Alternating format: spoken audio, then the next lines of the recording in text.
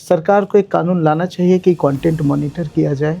झारखंड को बने हुए 24 साल बीत गया, 25वां साल में हम लोग हैं। आप एज ए एडमिनिस्ट्रेटिव ऑफिसर भी रहे हैं, पॉलिटिशियन भी हैं, जनता की सेवा भी कर रहे हैं। कहाँ लगता है कि चूक हुई? ट्राइबल कन्वर्जन तो है झारखंड में, ये तो आप मानेंगे। ऐसा क्या वजह है कि कन्वर्जन इतना पीक पे है और सरकार भी ट्राइबल्स के हैं, फिर भी नहीं हो पा रहा कंट्रोल? टेक्निकल एजुकेशन पे अच्छा खासा अमाउंट है, लेकिन हायर एजुकेशन की जो गिरती हुई स्थिति है उस पर कोई चर्चा नहीं है। फैकल्टीज नहीं है। मैं एक कॉलेज नाम बताता हूँ, आदर्श कॉलेज है राजधनवार गिरिडीह में। 5000 से ज्यादा बच्चे हैं, फुल टाइम फैकल्टीज 10 भी नहीं। सर, आप राजनीति में हैं और सोशल मीडिया पे हैं भी नहीं। आपको पहला बात तो मैं जानना चाहूँगा, आप सोशल मीडिया से दूर क्यों हैं? सोशल मीडिया का कितना रोल आप पाते हैं? अभी बिहार में इलेक्शन है, कितना रोल पाते हैं कि कन्वर्जन के लिए या वोटिंग पोल पे या डिसीजन मेकिंग में इम्पैक्ट करता है? राहुल जी के बारे में आप क्या विचार रखते हैं? राहुल गांधी कैसे राजनेता हैं? एक पॉलिसी लाना हो कि झारखंड को बदलाव, झारखंड जिससे बदल सके या झारखंड में बड़ा बदलाव, तो आप कौन सी पॉलिसी लाना चाहेंगे? फ्री अनाज मिल रहा है सेंट्रल गवर्नमेंट से, फ्री में मैया सम्मान योजना से पैसा भी मिल जा रहा है मैया बहन लोगों को, तो अब उनको कमाने का कहाँ जरूरत है? हेमंत जी के नेतृत्व को आप कितना मार्क्स देते हैं? 10 ये तो हमारे मुख्यमंत्री हैं। क्या उनकी छवि कल्पना सोरेन में दिखता है? जो आदिवासियों का विकास होना चाहिए झारखंड में, वो विकास कहाँ पे लगा कि चुक हो गई? केंद्र सरकार भी बोलती है कि भैया फ्रीबीज नहीं मानना चाहिए, राज्य सरकार को वो बोल रहे हैं, और दोनों बांटने में लगे हुए हैं। आप जब फाइनेंस मिनिस्टर थे तो नई इंडस्ट्री लाने के लिए क्या एफर्ट हुआ? यहाँ पे टूरिज्म को बढ़िया प्रमोशन दिया जा सकता है। बढ़िया बहुत लोग आएंगे। हाँ, तो फिर यहाँ पे सरकार को कहाँ चुक गई? और इतना जो डिग्री बांटने वाला यूनिवर्सिटी खुल रहा है, इसका क्या फायदा है? तो आपको कभी ऐसा लगा क्या कि राजनीति से अब मन उदास लग रहा है? आप भी युवा थे, आपको कभी प्रेम नहीं हुआ? बीजेपी और कांग्रेस में सबसे करप्ट पार्टी कौन है? अरविंद केजरीवाल का ये उदय, और फिर आपको अब क्या लगता है अरविंद केजरीवाल का? एक IAS ऑफिसर जो करप्शन में चार्जेस लगा हुआ था जिनके ऊपर, उसको आप सेक्रेटरी में जगह दे देते हैं, तो इससे क्या सरकार की छवि धूमिल नहीं होती? क्या यहाँ की लूट बाहर के लोग कर ले गए? रिसोर्स ब्लेसिंग होता है किसी भी राज्य के लिए, देश के लिए जी, वो आशीर्वाद रहता है, लेकिन कर्ज हो गया, अभिशाप है।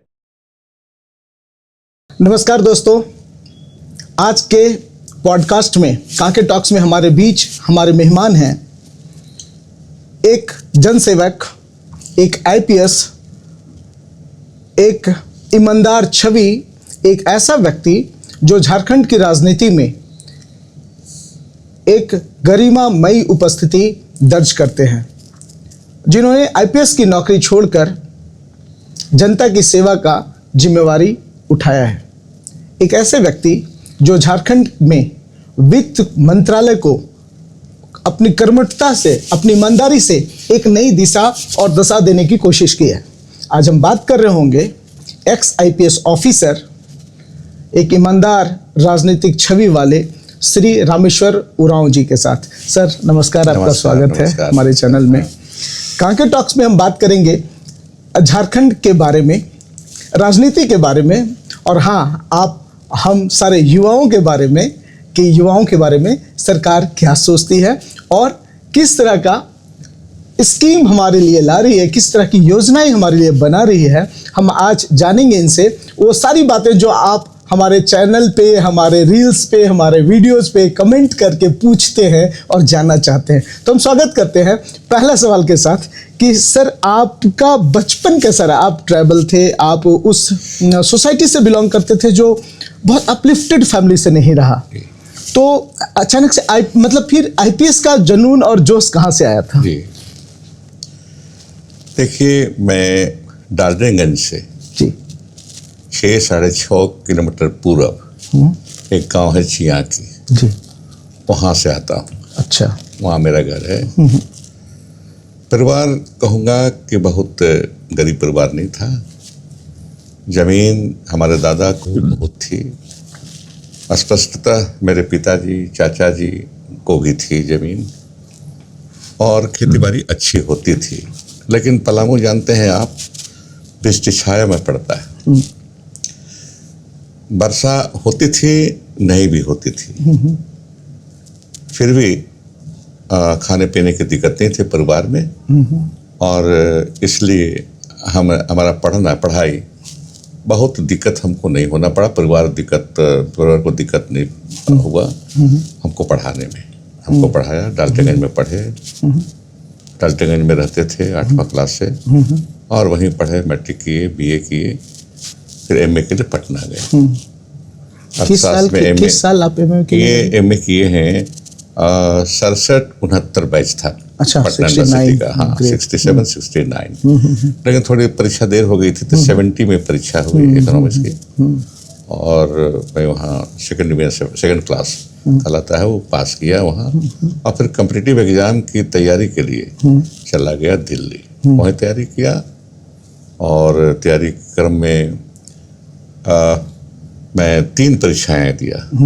ये पहला परीक्षा हमारा SBI का प्रोबेशनरी ऑफिसर का था।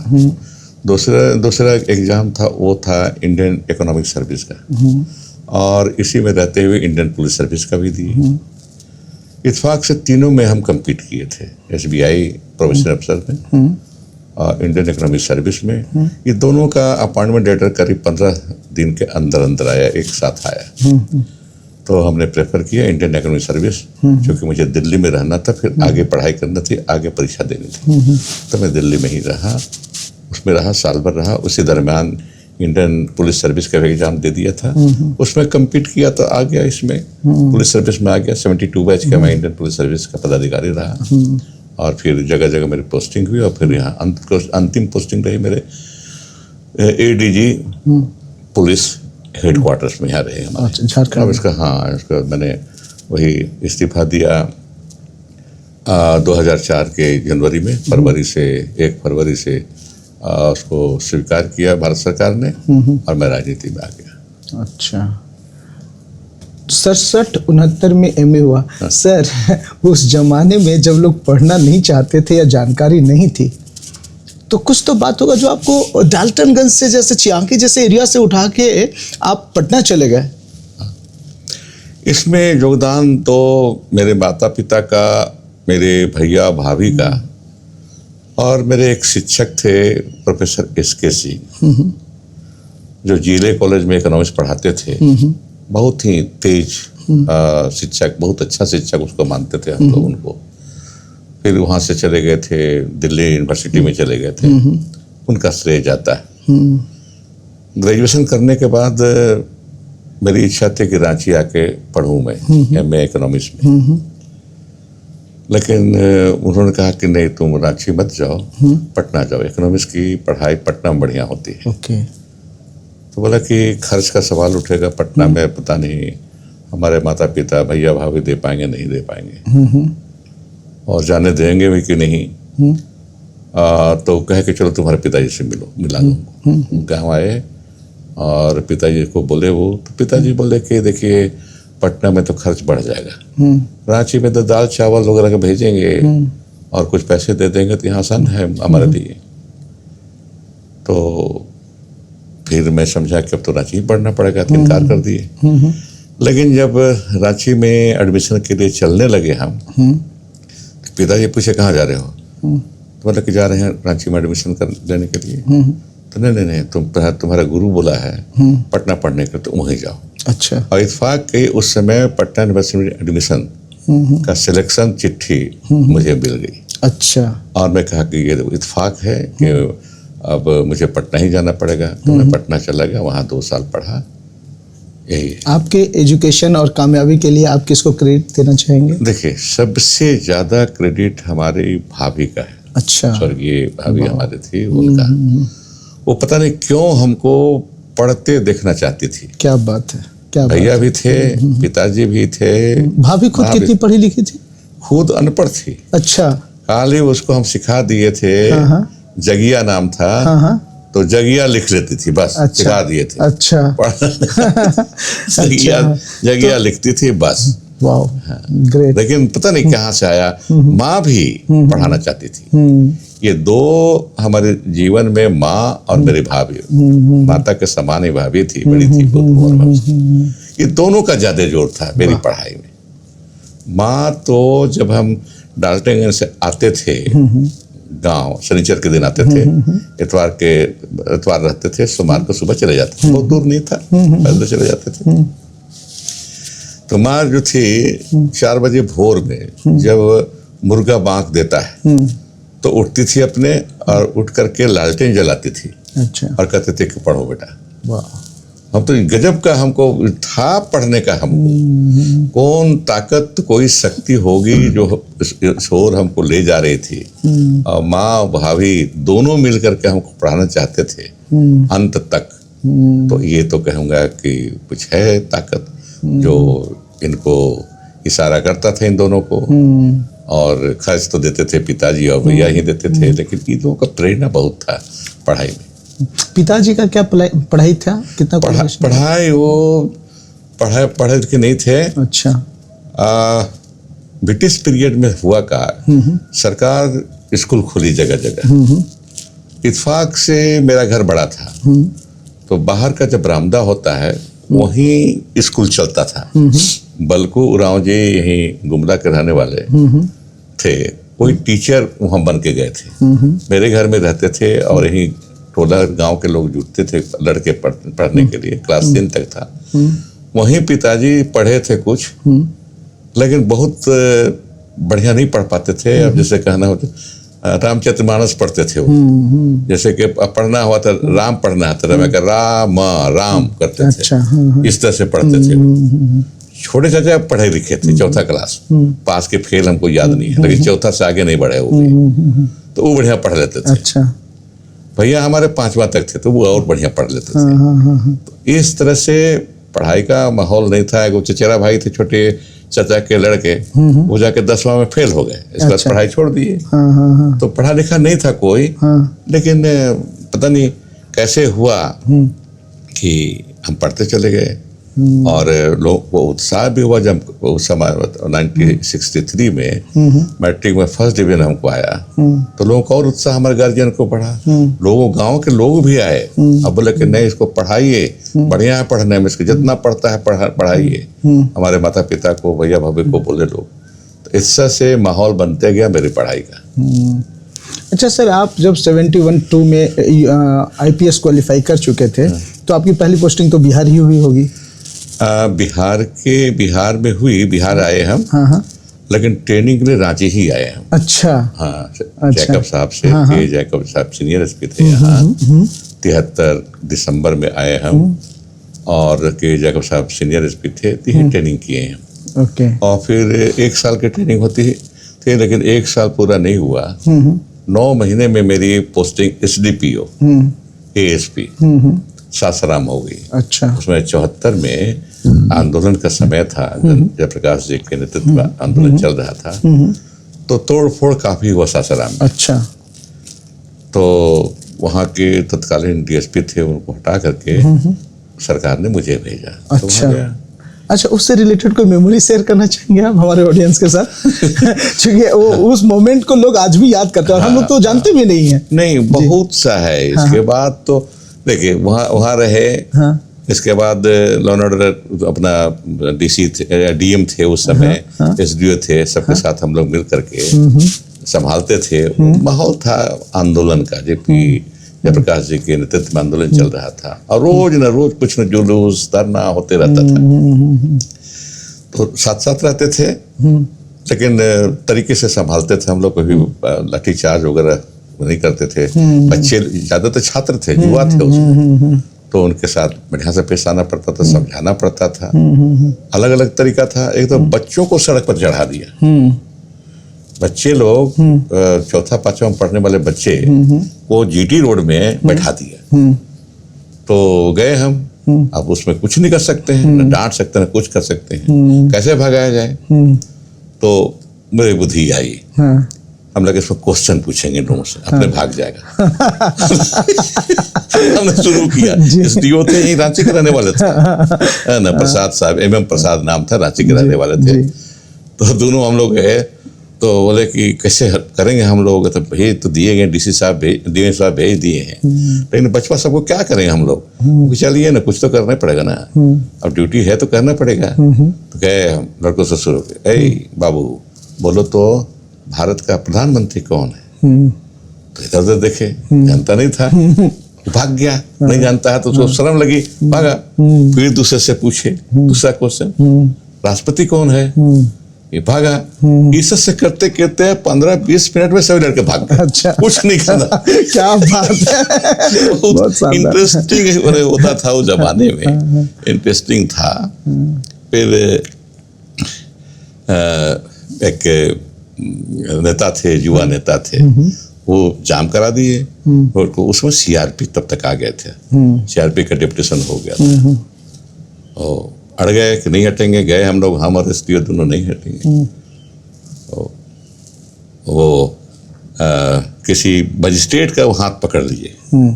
अब सीआरपी तो कुछ पूछता नहीं था किसी से, लगा लाठी मारने सबको। अच्छा, घुमा घुमा करके जितना वहां थे रोड में जाम किए हुए थे सबको। अब भागा सब, रोड साफ हो गया। बहुत से घटनाएं हैं, बहुत से घटनाएं हैं। अब समय थोड़ा है, ज्यादा क्या बोलूं, ये है।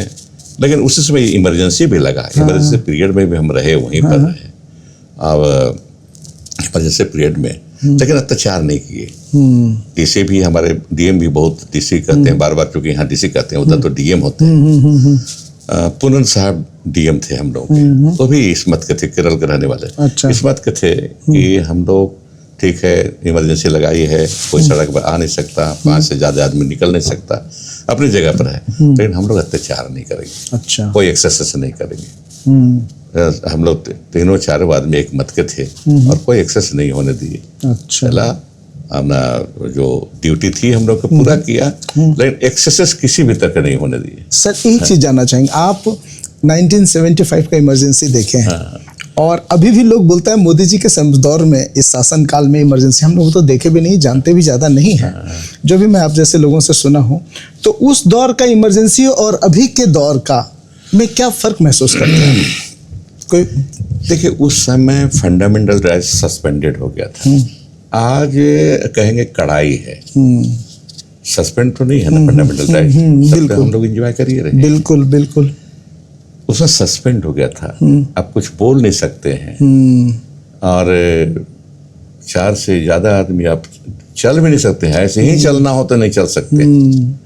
इस तरह की स्थिति थी। बोल नहीं सकते हैं, चल नहीं सकते हैं, इस तरह की स्थिति थी एकदम। लेकिन एक बढ़िया था जो लोग उस समय बोलते थे कि अनुशासन आ गया था लोगों के बीच में। अच्छा। अराजकता जो पहले थी, है ना, लोगों के बीच में अनुशासनहीनता कह लीजिए, वो खत्म हो गया था। अच्छा। ऑफिसर्स भी समय पर आते थे, जितने कर्मचारी थे समय पर ऑफिस आना, समय से जाना। ये स्कूल्स भी उस समय पर चलता था, सभी चीजें समय पर चलता था। एक तो चीज, एक बदलाव था उसमें। हालांकि फंडामेंटल राइट्स का सस्पेंशन अच्छी बात नहीं है, लेकिन अनुशासन आया। अब पहले होता क्या था, एक जो लोग कहते थे कि एक आदमी स्टेशन में जा रहा था गाड़ी पकड़ने के लिए, तो उन्होंने कहा, काहे को जा रहे हो, ये तो बड़ी लेट आती है, समय पर मत जाओ। मैंने कहा कि जितना लेट आना है आवे, लेकिन मैं तो समय पर जाऊंगा। वो पावन था समय का लगता है। स्टेशन पर पहुंचा तो गाड़ी आ गई, तो बोला कि यार तुम लोग तो कहते थे कि गाड़ी समय पर नहीं आती है। तो दूसरे ने कहा, जनाब 24 घंटे लेट आ रही है।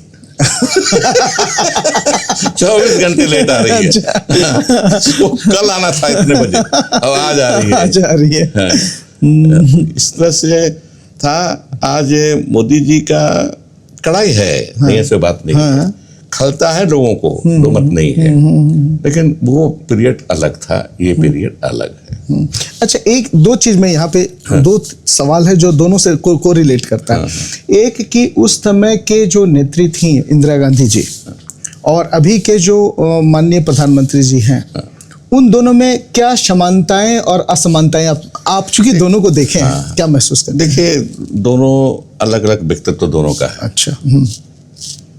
और चूंकि मैं उस पार्टी का हूँ, मैं ये कहूँगा, उनको देखा भी है, उनसे मिला भी हूँ। अच्छा। ड्यूटी के दरमियान, है ना, दरमियान जब रहते थे, आती थी कभी, तो मिला हूँ। जैसे कि इमरजेंसी खत्म हुआ 1977 में, तो एसपी था चाईबासा में, और मीटिंग एड्रेस करने के लिए आई थी चाईबासा, आई थी, तो उनसे मिला, है ना, तो एसपी था वहाँ, साथ रहना ही बिल्कुल था।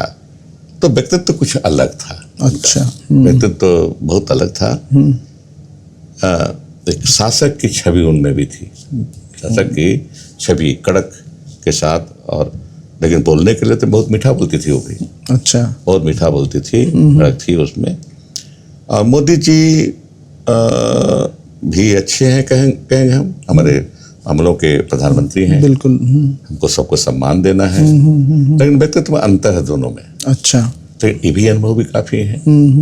इनसे मिला मैं जब गुजरात के मुख्यमंत्री थे, तो मैं कमीशन में चेयरपर्सन हुआ करता था, नेशनल कमीशन पर शेड्यूल ट्राइब। तो कमीशन को ले गया था, गुजरात लेके गया था मैं। उस दरमियान इनसे मुलाकात। अच्छा। बैठे और काफ़ी समय दिए, लगभग 45 मिनट तक हम लोग के साथ बैठे रहे, कमीशन के मेंबर हम लोग के साथ, और अच्छे अच्छे बातें की उन्होंने। बताया कि आदिवासी के कल्याण के लिए क्या उन्होंने किया है, और सही बताया, किया था तो बताया उन्होंने। तो ये है, इनका भी अलग है, अलग ढंग के व्यक्तित्व इनका भी है, अच्छा है।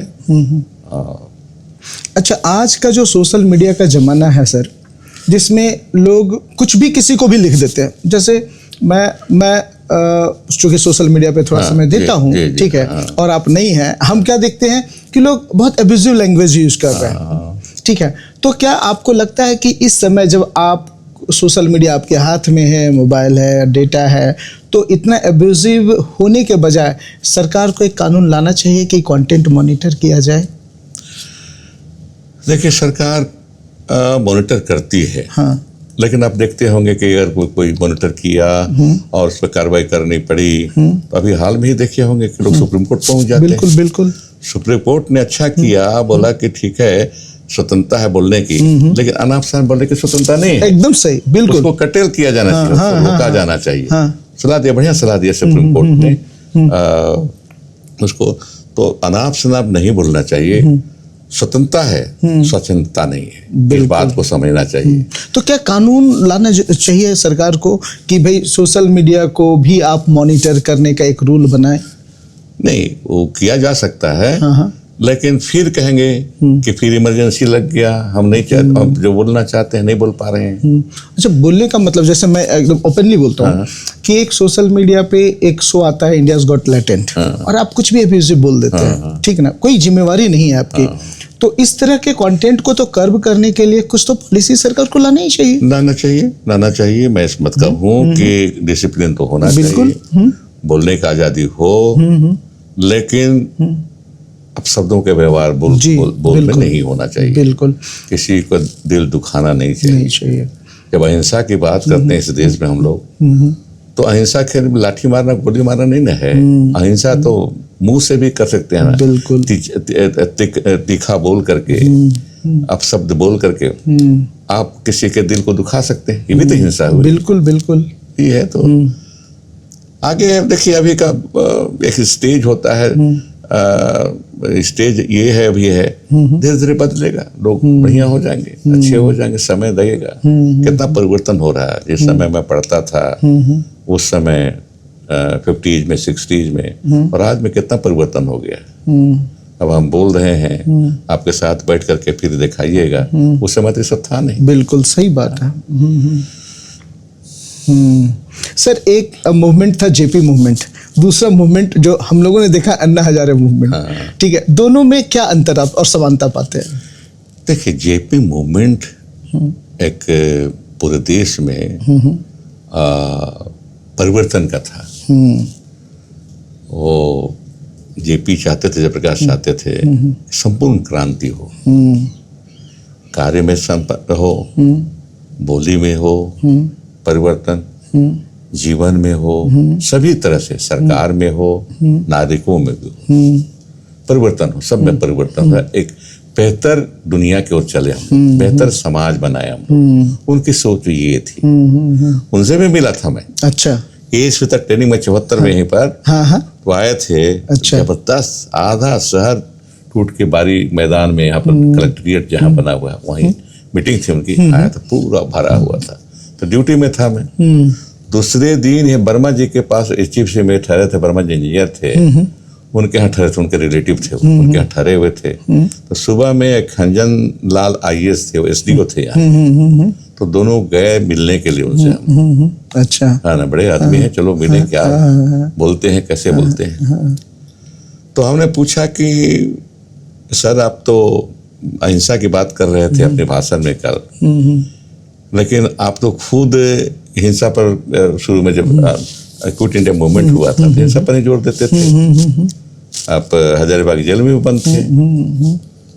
तो बोलो देखो, हिंसा से हम जीत नहीं पाएंगे सरकार से। सरकार के पास लाठी है, गोली है, पुलिस है, आर्मी है, हम नहीं सकेंगे। अहिंसा जो गांधी जी हमको सिखाए वही बेहतर है आज के समय में, इसलिए मैं अहिंसा की बात कर रहा हूँ। तो ये उनसे ही मुलाकात मेरी हुई। सर आप लालू जी के भी शासनकाल में थे और लालू जी का शासनकाल को लोग बोलते हैं जंगल राज था।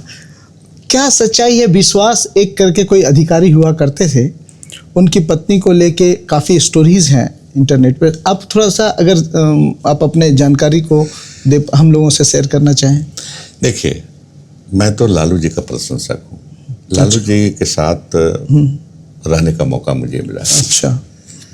जो पढ़ते हैं लोग, बोलते हैं लोग सामाजिक न्याय, वो प्रैक्टिस में उन्होंने दिखाया लोगों को, बिहार के लोगों को और देश के लोगों को। उनके पास जितने गरीब थे उनके ज्यादा इज्जत होती, ज्यादा सम्मान करते थे।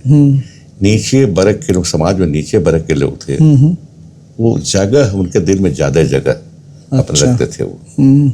वो बहुत परिवर्तन लाए। वो जितना परिवर्तन लाए, शासक बहुत हुए बिहार में। बोलने के लिए तो बोलते थे जात पात नहीं करना है, सब बराबर है, लेकिन कोई भी मुख्यमंत्री, कोई शासक ऐसा नहीं की। ये एक आदमी थे, सबको लेके चले। उनके समय देखिए, एक उदाहरण लीजिए, सरकार में तो पोस्टिंगें होती है अफसर की। तो अगर शेड्यूल कास्ट की पोस्टिंग, शेड्यूल कास्ट की, शेड्यूल टाइप की, बैकवर्ड की, मुस्लिम की पोस्टिंग पूरे बिहार में भर दिया उन्होंने अफसर से। अच्छा। अफसर पहले भी थे, वो बोलते थे कि सब पिछले सरकार के लोग कोल्ड स्टोरेज में रखे हुए थे अफसर व सब, हम सबको फील्ड में भेजेंगे। ऐसा नहीं है। जंगल राज तो ये पॉलिटिकल भाषा इनकी है। अच्छा। हाँ ठीक है, एक समय था कि क्राइम थोड़ा बढ़े हुए थे, तो क्राइम बढ़े हुए तो उनका अपना कारण नहीं था, वो था समय। देखिए, कभी कभी समाज में, राज्य में, देश में एक समय आता है जब कुछ चीज बढ़ जाता है। ऐसा नहीं वो व्यक्ति जो शासन कर रहा है वही उसका दोषवार है, ऐसा नहीं है। वो दोषवार नहीं थे। वो कैसे चाहेंगे किडनैपिंग बढ़े? मान लीजिए कहेंगे किडनैपिंग बढ़ गया था, तो किडनैपिंग बढ़ने का कारण था जो हर पार्टी के जो राजनीतिज्ञ थे, पॉलिटिशियन थे, वो अपना पहलवान रखे हुए थे और वो अपना छूट मिल गया था, अपना क्राइम करते थे। हर जगह थोड़े थे, आरजेडी के एमएलए एमपी थोड़े थे, हर पार्टी के लोग थे। अच्छा। तो ये हो रहा था, राजनीतिक संरक्षण प्राप्त था, ये कहेंगे हम जो देखे हैं, हम तो संभाले हैं। सीआईडी के चीफ भी हुआ करते थे बिहार में, और बगहा में, बेतिया में किडनैपिंग का लोग बोलते थे कि बिजनेस चल रहा था, काफी बढ़ा हुआ था। और लोग तो बोलते हैं कि बिहार में किडनैपिंग एक व्यापार के रूप ले लिया था। हुआ था, वैसा हुआ था, बढ़ा हुआ था। लेकिन उनके सरकार के तरफ से प्रयास भी हो रहे थे रोकने का, ऐसा नहीं कि फ्री हैंड था। 4 महीने मैं वहाँ किया हूँ, सीआईडी चीफ होने के नाते 4 महीना कम किया हूँ बगहा में और बेतिया में, मैं कंट्रोल करने के लिए। कंट्रोल हुआ भाई। बिल्कुल बिल्कुल। तो अच्छा सर, अभी आप पिछले सरकार टेन्योर में आप वित्त मंत्री एज ए सर्व किए हैं स्टेट को, तो आप ऐसा कौन सा काम उस पीरियड में किए जिस पे आप गर्व महसूस करते हैं? देखिए, जब हम लोग आए, हम और मुख्यमंत्री जी बयान दिए खजाना खाली, तो ये पॉलिटिकल बयान नहीं था। अच्छा। मैं कह सकता हूँ आज के दिन में वित्त मंत्री होने के नाते और राज्य के वित्तीय स्थिति को जानने का जो मौका मिला, उस अनुसार, उसके अनुसार सचमुच में खजाना खाली था। सरकार तरह तरह के खर्चे की, सरकार को खर्च करना है, नहीं करना है नहीं है, बिल्कुल, लेकिन कुछ ऐसे मुद्दे हुए, ऐसे खर्च किए गए जिसकी बहुत ज्यादा जरूरत नहीं थी। जैसे उद्योग लगाने के नाम पर मेला लगाया गया है, काफी खर्चे किए और उसका कोई रिजल्ट आया नहीं। इस तरह से और भी मदों में खर्च किए गए, फायदा कुछ हुआ नहीं, बहुत ज्यादा फायदा नहीं हुआ। ऐसा नहीं कह सकता कि फायदा नहीं हुआ, लेकिन बहुत ज्यादा नहीं हुआ। जितना खर्च हुआ उसके तुलना में नहीं उसकी रिजल्ट उपलब्धि नहीं हो पाई। तो हम लोग उसी समय कोरोना भी आ गया, कोरोना पीरियड भी आ गया, तो कुछ नहीं किए हम लोग। मुख्यमंत्री जी और हम दोनों तय किए कि हम लोग वेस्टफुल एक्सपेंडिचर, फिजूल खर्ची नहीं करेंगे, इस पर पूरा कंट्रोल रहेगा। आप पाइएगा कि 5 साल में कोई फिजूल खर्ची सरकार को उससे नहीं हुई। जो भी खर्च किए गए सही हेड में खर्च किए गए, सही कार्य के लिए खर्च किए गए, ये एक रहा उपलब्ध। दूसरा, कोशिश वित्त मंत्री का होना चाहिए और मैंने भी उसको किया कि आमदनी बढ़ाओ। आमदनी नहीं बढ़ेगा तो खर्च कहाँ से करेंगे? तो ये कहेंगे कि जो कुछ उपाय किए हम वित्त विभाग की ओर से, जैसे वाणिज्य कर विभाग है हमारा, कमर्शियल टैक्सेस का, तो पहला शुरू किए एक प्रोफेशनल टैक्स होता है जो हर प्रोफेशन के लोगों को, रिटायर्ड या सर्विंग दोनों को देना होता है। 500 से लेकर 2500 तक, ज्यादा नहीं है बोझ, लेकिन देना पड़ता है। जब आया तो देखे कि 35 करोड़ उसका उससे मिलता है।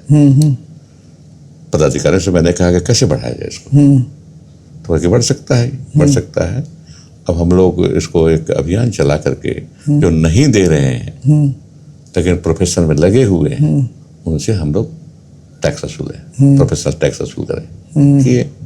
और मेरे समय में रहते रहते 100 करोड़ से ज्यादा, 25 करोड़ से बढ़ करके 100 करोड़ से ज्यादा हो गया, अभी भी ज्यादा होगा। दूसरा देखिए कि ये एक होता है ईडी, इलेक्ट्रिसिटी ड्यूटी, जो इलेक्ट्रिसिटी लोग खर्च करते हैं, प्लांट सरकार खर्च करती है, उसमें ड्यूटी लगती है, वैसे उसमें कर लगता है, ड्यूटी लगती है। वो 2% था, बिहार से अलग हुए थे तो उस समय बिहार में 2% था। हमने, राज्य सरकार ने उसको 2% रखा, 2% रखा। आमदनी बहुत कम थी उस रेट से। अरे बिजली तो बड़े लोग ही चलाते, कारखाना कौन चलाता है बड़ा? बिल्कुल तो दे ही सकता है वो। जब करोड़ों का कारोबार कर रहा है तो 2% क्यों ज्यादा क्यों नहीं दे सकता है? दे सकता है, बिल्कुल। तो उसको बढ़ाया हम लोग 4%, दोगुना बढ़ा दिया। तो उससे दोगुना हमारी आय हो गई। जो 300 करोड़ के लगभग था, 750 करोड़ हो गया तुरंत। इस तरह से करते करते हम लोग बढ़ाए, है ना। फॉरेस्ट में भी बढ़ाए, फॉरेस्ट में 1 पैसे नहीं आता था। मुख्यमंत्री जी की सोच, 500 करोड़ आने लगा। वाह, 500 करोड़ आने लगा। तो इस तरह से हम लोग बढ़ाए। लेकिन अफसोस है कि हम लोग माइंस में और ट्रांसपोर्ट में नहीं बढ़ा सके। अच्छा। जबकि माइंस हमारे यहाँ बहुत ज्यादा, 40% लगभग माइंस है। उड़ीसा में कम है। यहाँ देखिएगा कि माइंस से रेवेन्यू हम लोग को जनरेट कर पाते हैं हम लोग 10,000 करोड़, जबकि इससे कम माइंस में भी उड़ीसा में 50,000 करोड़ रेवेन्यू वहां पर है। जितनी गाड़ियों की संख्या यहाँ है लगभग उतनी ही संख्या राजस्थान में है।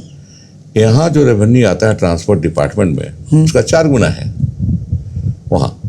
तो हमने दोनों सेक्रेटरी को कहा कि भाई क्यों नहीं बढ़ा सकते हम। कोशिश किया उन्होंने, सफलता ज्यादा नहीं मिली, लेकिन अभी भी है कि ये दोनों में अगर कोशिश की जाए, और कोशिश सार्थक होनी चाहिए, कोशिश की जाए तो रेवेन्यू बढ़ेगा। माइनिंग में जो रेवेन्यू है, क्या आपको लगता है कि लीकेज है वहां से? लीकेज तो है ही, सब्सटेंशियल पोर्शन का लीकेज है। हाँ है। जैसे बालू में आ सकता है, लेकिन अब देख रहे हैं क्या स्थिति है।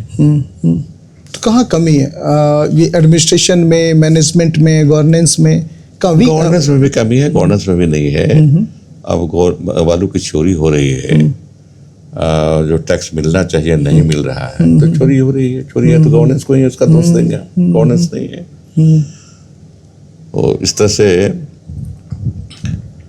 बढ़ाया जा सकता है। तो कहेंगे संक्षेप में कि बढ़ाया जा सकता है, और बढ़ेगा तो अच्छा कार्य करेंगे, विकास का कार्य करेंगे, सोशल वेलफेयर स्कीम चालू कर सकते हैं। भैया योजना मैं तारीफ करता हूँ उसकी, हर कोई तारीफ करते हैं, बिल्कुल बिल्कुल बिल्कुल, हर कोई तारीफ करते हैं कि तो ये कहते हैं कि अभी जो हम लोग हमारी जीत सुनिश्चित कराई कि मैया योजना का, मैया सम्मान योजना का बहुत बड़ा हाथ है।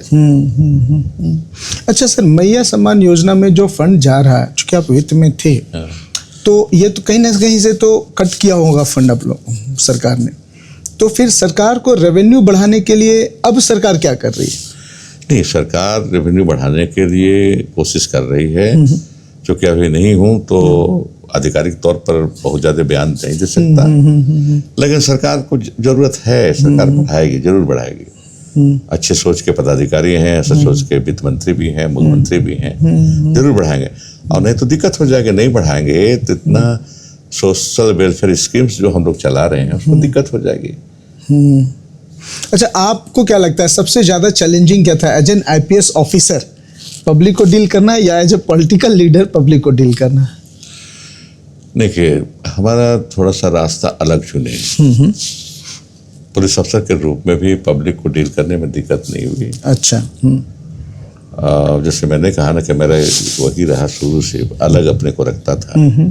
जैसे 1974-75 में मैंने आपको बताया किस्सा कि बच्चों को सड़क में उतार दिया आंदोलनकारी लोग, और फिर क्वेश्चन पूछ किस्सा को भगा दी। तो उसी तरह से पुलिस में भी बहुत ज़्यादा दिक्कत नहीं हुई, लेकिन प्रोफेशनल तरीके से, व्यवसायिक ढंग से जो पुलिस का काम होना चाहिए वही किए। देखिए, पुलिस में है कि देखिए, अगर आप इन्वेस्टिगेशन बढ़िया कीजिएगा तो दुष्कर्मी पकड़े जाएंगे, कैसे तैसे लाठी भांजिएगा तो क्राइम कंट्रोल नहीं हो सकता है। आपको स्टडी करना पड़ेगा गिरोहों के बारे में, कहाँ हैं, कैसे हैं, जेल में हैं, बाहर हैं, उनके क्रियाकलाप अभी कैसे हैं, इस पर नज़र रखना पड़ेगा। और उसका सबसे बढ़िया तरीका है अनुसंधान। अनुसंधान कीजिए तो सही क्रिमिनल जो है वो पकड़ा जाएगा, जेल जाएगा, और फिर उसका असर अपराध पर पड़ेगा। ये और पॉलिटिक्स में एक मुद्दा और है कि आप IPS officer as a resign करके पॉलिटिक्स में आए, तो क्या कांग्रेस में ऐसा चीज़ दिखा कि आप कांग्रेस ज्वाइन किए? देखिए, पहला ये देखिए इसमें कि पहला तो नेशनल पार्टी है। जब रिजाइन करने लगे तो लालू जी के मुख्य सलाहकार IAS अफसर मुकुंद प्रसाद जी थे, बाद में चीफ सेक्रेटरी भी बने, प्रधान सचिव थे लालू जी के, राबड़ी जी के, बाद में चीफ सेक्रेटरी बने। तो हम लोग उनको बहुत मैं सम्मान करता था। उनसे गया पूछने के लिए कि देखिए सर, अब मैं यहाँ झारखंड आ गया था, वहीं रह गए थे कि मैं छोड़ना चाहता हूँ, तो मुझे क्या करना चाहिए? तो सलाह दिए कि देखिए, पहला तो सलाह दूंगा मैं कि रीजनल पार्टी मत जाइए। रीजनल पार्टी में बहुत भविष्य नहीं है, आज है कल नहीं है। वो एक नेता का होता है, नेता चाहेगा तो आप रहिएगा, दूसरा नेता हो गया तो नहीं चाहेगा, क्योंकि पहले वाला चाहता था आप तो आपका नहीं रहिए कहेंगे। अब नेशनल पार्टी में रहिएगा तो एक सिस्टम है वहाँ, तो एक नेता चाहा तो आप रहिएगा, अब बाद में भी आएंगे तो सिस्टम कहता था आप रहिएगा, आपको रखा जाएगा, उसको आपको सम्मान दिया जाएगा। तो सलाह देता हूँ, उन्होंने कहा कि मैं सलाह दूंगा कि आप नेशनल पार्टी में जाइए। दूसरा ये हुआ कि मेरा परिवार भी कांग्रेस के लिए काम करते थे। हमारे पिताजी, चाचा जी गांव में, चिया के गांव में रहते थे, तो जब भी इलेक्शन आता था तो पर्चा काटने का काम वही लोग करते थे, गांव भर के वोटर्स का। पहले पर्चा काटा जाता था, अब तो बीलो हो गई, सरकार रखती है, इलेक्शन कमीशन रखता, वही पर्चा सब जगह पहुंचाते हैं। उस समय कैंडिडेट होते थे, वो ला के कागज रख देते थे, कागज और पेन से, अब वोटर लिस्ट, और कहते थे कि पर्चा लीक करके और बांटिए, बांट दीजिए, वोट दिलाइए। एक दूसरा कोई बड़े नेता कांग्रेस के आए, अगर डाल्टनगंज में आ रहे हैं तो आ जाते थे तो मेरे घर में एक नेता कोई कांग्रेस के, और पिताजी चाचा जी कहते थे कि महतो जी बोलते थे सब। हमारे परिवार का सरनेम था महतो, टाइटल महतो लिखते थे, उरांव नहीं लिखते थे, महतो लिखते थे। हम उरांव लिखना शुरू किए। तो महतो जी आ रहे हैं फलना, 10-15 को समय तक जनसंख्या कम थी, तो 10-15 आदमी लेके आ जाइएगा। 10-15 आदमी लेके चले गए। आज जैसे जनसंख्या नहीं न थी, वो तो बहुत कम संख्या थी, 10-15 भी काफी थे। तो ये एक बैकग्राउंड हमारा हो गया कांग्रेस का। एक तो नेशनल पार्टी में ज्वाइन करना था, और फिर बैकग्राउंड भी मेरा था, तो मैं कांग्रेस में ज्वाइन की, कांग्रेस पार्टी में की। कांग्रेस का कोई स्ट्रेटजिक प्लान यूथ और एंटरप्रेन्योरशिप को झारखंड में प्रमोट करने का? देखिए, यूथ को प्रमोट करने के लिए तो राहुल जी लगे हुए हैं, लेकिन जो पाता हूँ, मैं स्पष्ट करना चाहता हूँ कि यूथ बहुत ज्यादा अट्रैक्टेड नहीं हो पा रहे हैं कांग्रेस की ओर। अभी जो मेरा जो स्टडी है, हो सकता है मैं गलत हूँ, लेकिन कुछ जो लगे हुए यूथ कांग्रेस के लोग हैं। क्या वजह है यूथ पॉलिटिक्स की ओर नहीं अट्रैक्ट हो रहे हैं? ठीक कर रहे हैं, पॉलिटिक्स को नहीं हो रहे हैं। वो देखिए, अभी देखिए, पहले क्या था पॉलिटिक्स, एक सेवा के लिए, लोगों को मदद के लिए आते थे लोग, कि नौकरी नहीं करेंगे तो क्या करेंगे, राजनीति में रहेंगे, लोगों की मदद करेंगे। उदाहरण दूंगा अपने गांव का। कांग्रेस के नेता थे हमारे गांव में, केवल टुक, हमारे जिस टोला में मेरा घर है उससे अलग टोले में रहते थे। वो सुबह उठते थे, सखुआ का दतवन लेते थे, और दतवन करते करते पहुंच जाते थे, 1-2 टोले में घूम जाते थे, और कहते थे कि थाना जा रहा हूँ, ब्लॉक जा रहा हूँ, कोई काम होता बताओ। अच्छा। जिसको काम होता था साथ लग जाता था, और जाके काम कराते थे। एक सेवा भाव था। लेकिन आज वो सेवा भाव युवकों में नहीं है, लोगों में ही नहीं है। युवकों में छोड़ दीजिए, क्यों दोष दें युवकों को, लोगों में ही नहीं, किसी में नहीं है। आज जो नेता हमारे साथ हमारे पार्टी में भी हैं, इस तरह का काम बहुत नहीं करते हैं। इस सेवा का भाव नहीं है। वो चाहते हैं कि जल्दी जल्दी कुछ हो जाए, है ना, जल्दी जल्दी। चलिए, बेरोजगारी है तो चाहेंगे वो बेरोजगारी हो दूर करने का, और जल्दी हो जाए। तो वो नहीं रह गया है युवकों के प्रति भी आकर्षण जो है। और कहीं भी कोई क्षेत्र में भी सीमित आदमी को ही फायदा मिलेगा। MLA MP बनना है, मंत्री बनना, तो सीमित आदमी बनेंगे। बिल्कुल बिल्कुल। उसमें आकर्षण नहीं रह गया है। जो सत्ता में पार्टी रहती है उसमें कुछ आकर्षण है, अगर सत्ता से हट गई तो आकर्षण खत्म हो जाता है। ये तो सर, क्या कांग्रेस एक अनुशासित पार्टी रही है? तब मैं कुछ इंसिडेंट बताता हूँ। एक मारपीट होता है, कुर्सी चल जाती है, सर फट जाता है। देखिए, उसमें ये कहकर हम लोग टाल देते हैं इसको कि इंटरनल डेमोक्रेसी हम में, आपस में तू मैं होती है, आपस में तू मैं करते हैं, लेकिन उसके बाद फिर एक हो जाते हैं। बिल्कुल सही है। बिल्कुल सही है। झारखंड को बने हुए 24 साल बीत गया, 25वां साल में हम लोग हैं।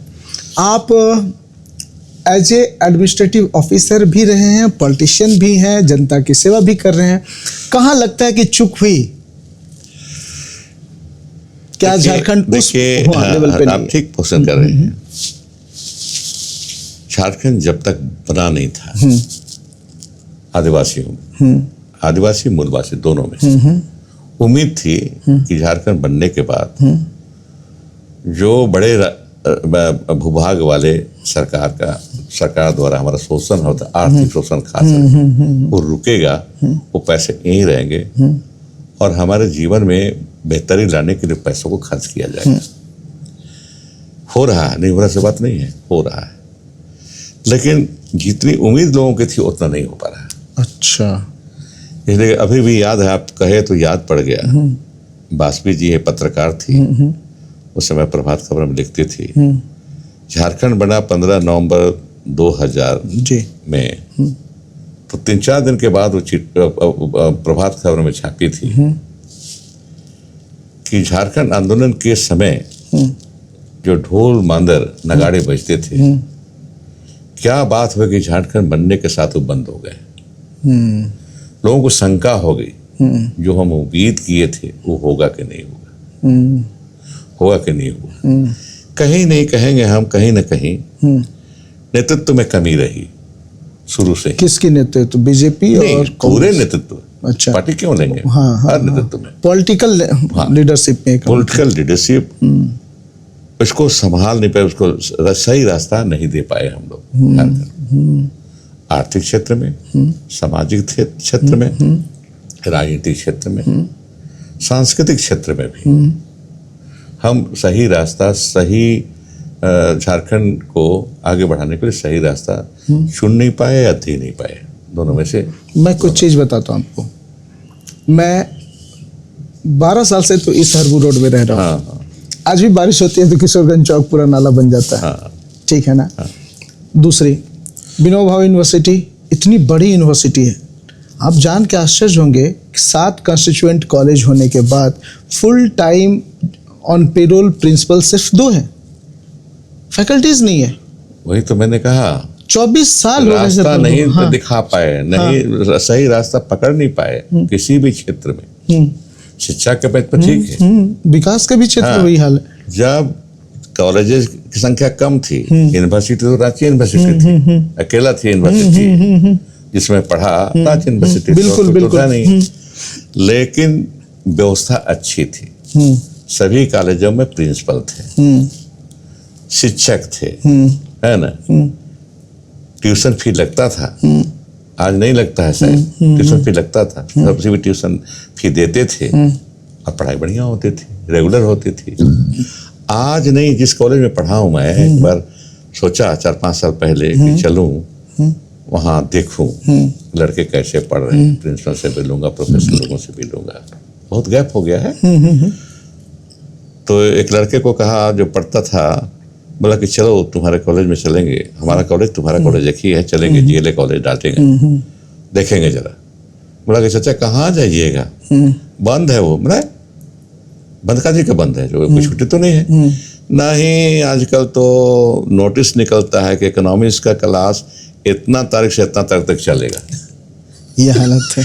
ये हालत है सर। 8 दिन पहले, 10 दिन पहले दैनिक भास्कर, प्रभात खबर या किसी एक अखबार में खबर थी कि कॉलेज में परीक्षाएं तय हो गई, बच्चे परीक्षा देने के लिए पहुंच गए और सुपरविजन के लिए उनके पास फैकल्टी नहीं है। पढ़ाने के लिए छोड़ दिए, सुपरविजन के लिए भी नहीं है। रांची यूनिवर्सिटी से यहाँ से जा रहे हैं सुपरवाइज करने के लिए।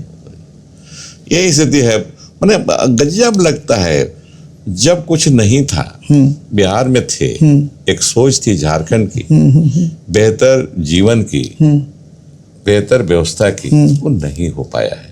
ये सच्चाई है। एक और दिशा में मैं ले जाऊंगा जो मेरे दिल के करीब है।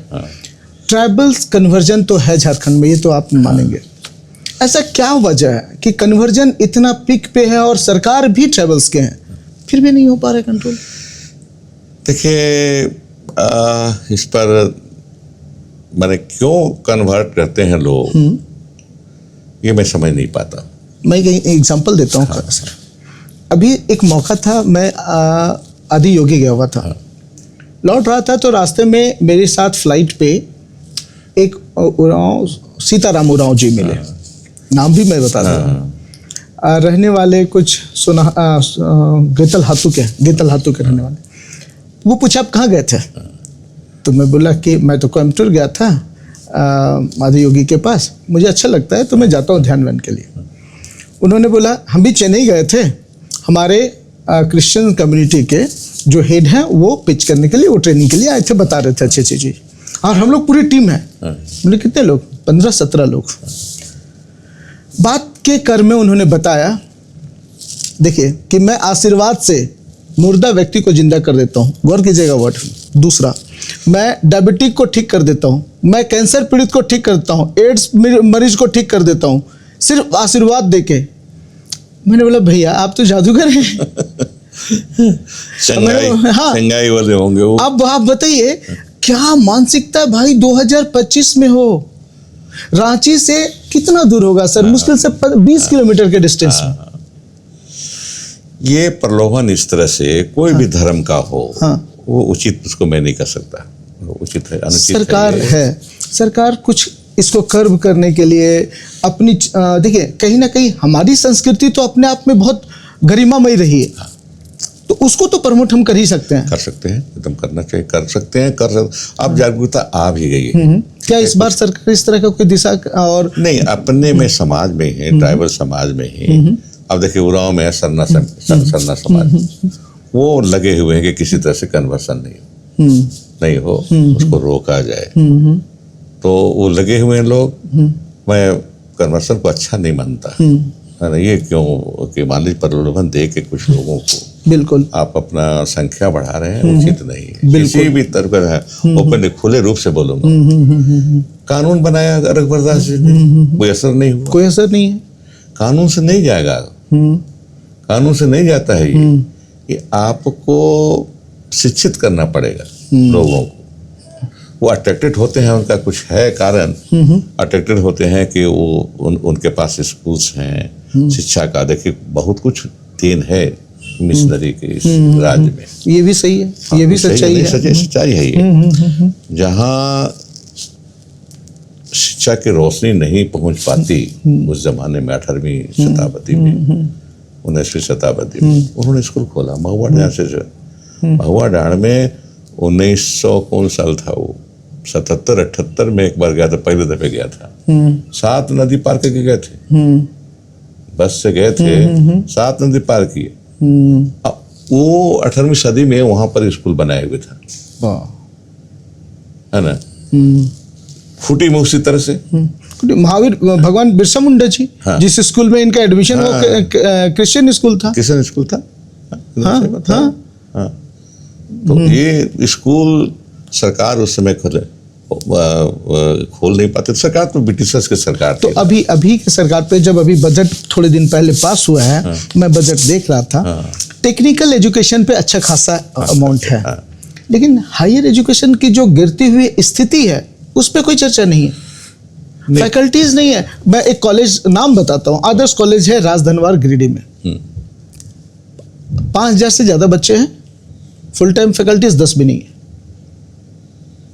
नैक का सारे पॉलिसीज को अवॉइड कर, इनवैलिड कर दिए, और बाकी जितने भी कंस्टिट्यूएंट यूनिट है या जो पॉलिसीज हैं वो तो फॉलो ही नहीं हो रहा। फिर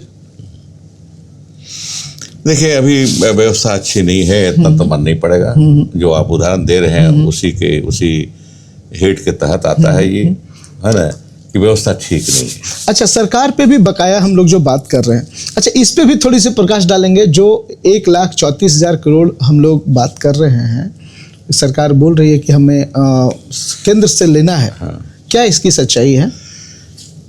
देखिए सच्चाई तो है, सच्चाई ये है, नहीं अमाउंट पर नहीं जाऊंगा, अमाउंट नहीं कर सकता मैं कितना है। ये तो क्योंकि मैं वित्त मंत्री रहा था, मैं भी उस बोला करता था कि 136 लाख करोड़ है बकाया, वो ठीक है, लेकिन उसका कारण क्या है कि सरकार कोल बेरिंग एक्ट के तहत जो एरिया जहाँ कोयला मिला वो लागू हो जाता है कोल बेरिंग एक्ट, है ना।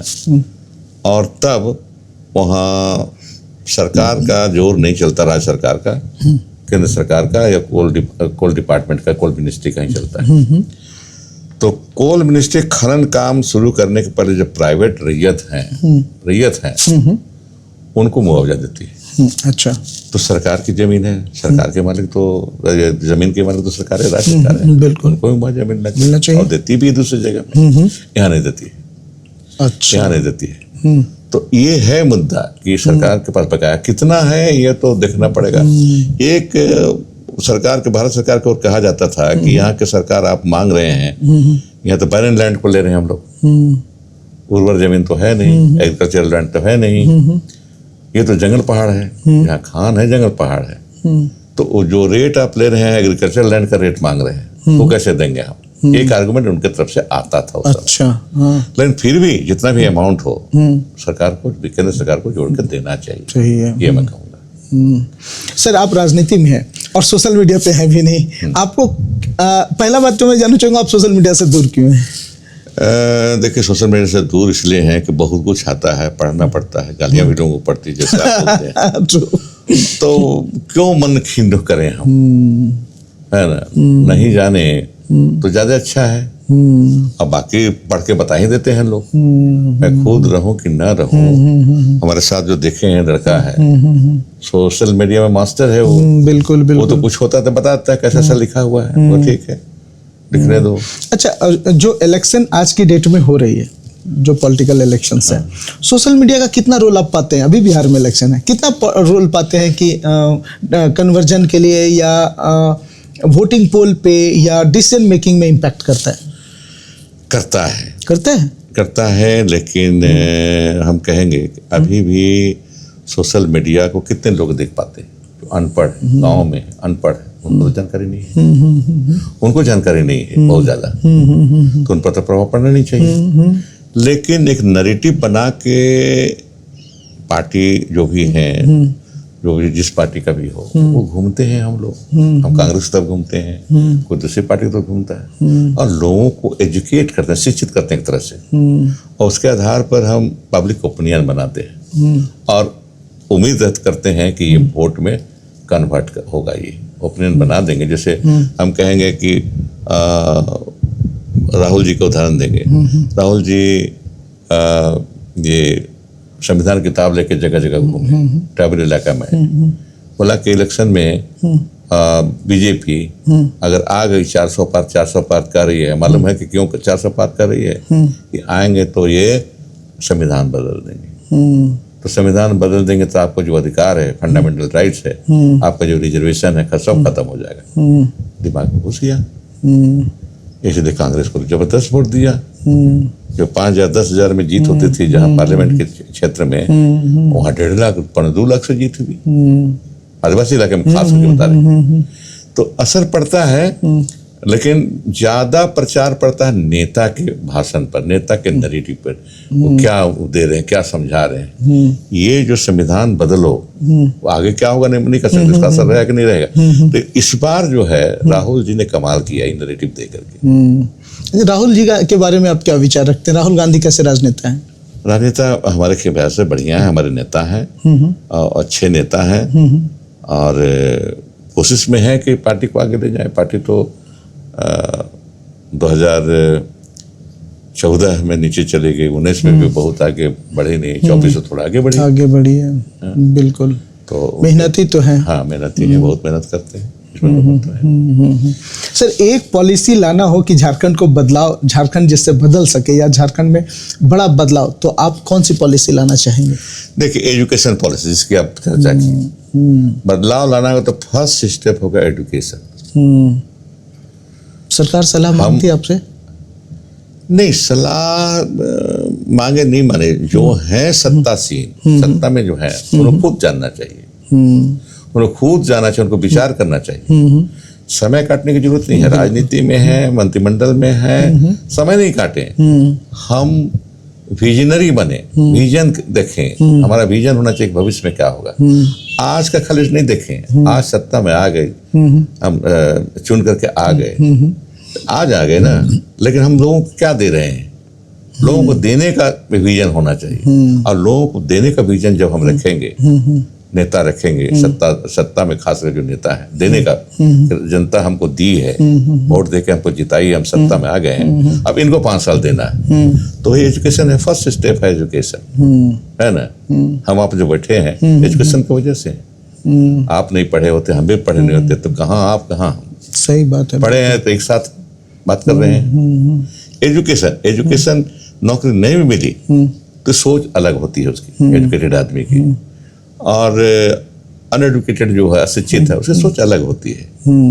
तो सोच को बदलना हो सोच में, तो एजुकेशन देना होगा। आज जो देख रहे हैं आप, जो सोशल मीडिया की बात कर रहे हैं, हम तो देखते हैं 4, 5, 6 क्लास में पढ़ने वाला लड़का जाता तो उसमें लखा पाई समय देता है, तो ज्यादा दे रहा है, रील बना के जो मर्जी उसमें लिख देता है ना, और रील बनाने में व्यस्त है, उसी में व्यस्त है। आप एक छोटा सा चीज देखिए, रील से याद आया मुझे, फ्री अनाज मिल रहा है सेंट्रल गवर्नमेंट से, फ्री में मैया सम्मान योजना से पैसा भी मिल जा रहा है मैया बहन लोगों को, तो अब उनको कमाने का कहाँ जरूरत है, तो वो क्यों नहीं रील बना के अपना जीवन गुजारे? नहीं, देखिए, आदमी को विचारवान, हर आदमी को एक लीडरशिप का है, जैसे गांधी जी का लीडरशिप था। वो स्कूल छुड़वाए, आजादी के लिए बहिष्कार कराए स्कूल कॉलेज का, लेकिन वैकल्पिक व्यवस्था भी दी।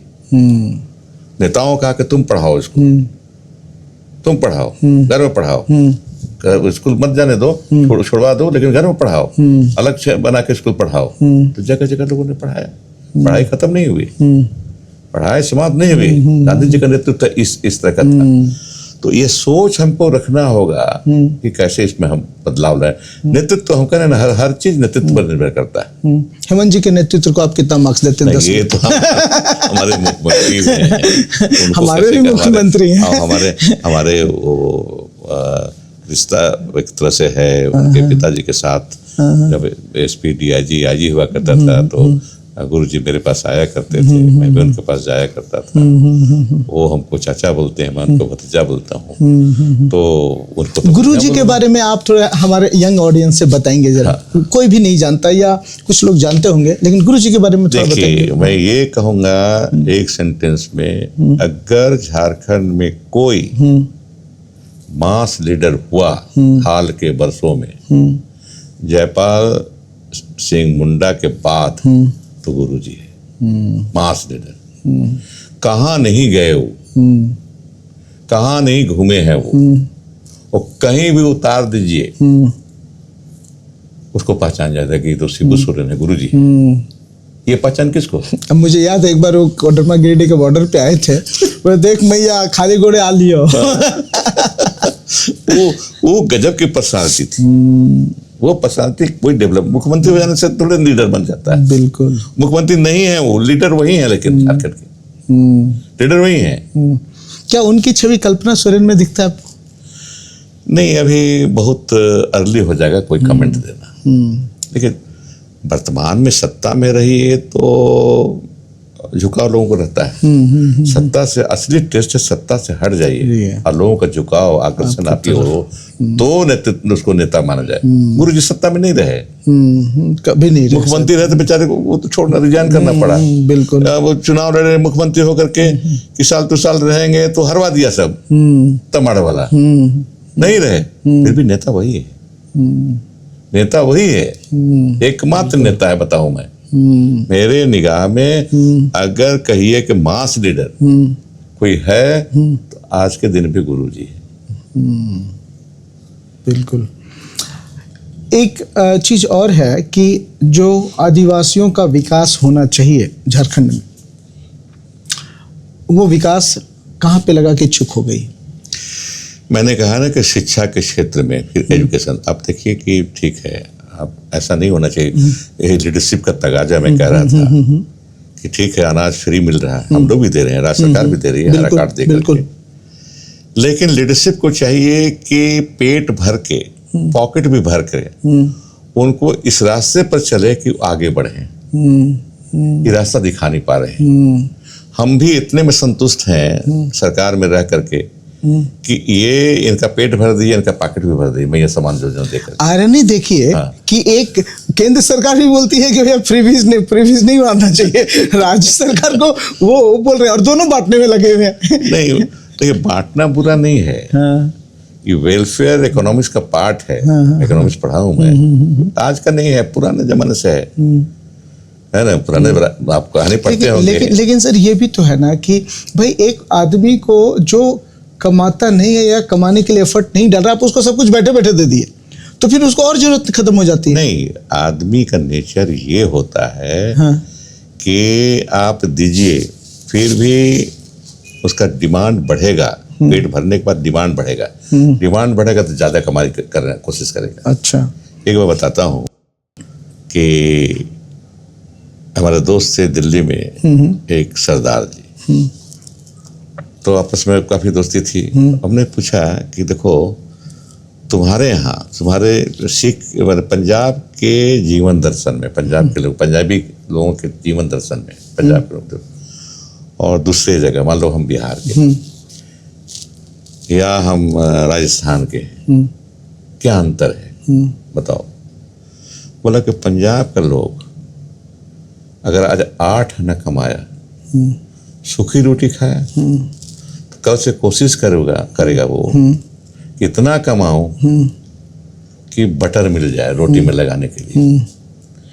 तीसरा दिन उसका डिमांड इच्छा और बढ़ जाएगी, इतना कमाओ कि सब्जी भी मिल जाए। तो अपनी कमाई अपने नीड को बढ़ाता है, आवश्यकता को बढ़ाता है, अपनी कमाई भी बढ़ाता है। दूसरी जगह खासकर हिंदी स्पीकिंग एरिया में जो आप कह रहे हैं कि दाल भात मिल गया तो खा के सो गए। बिल्कुल खा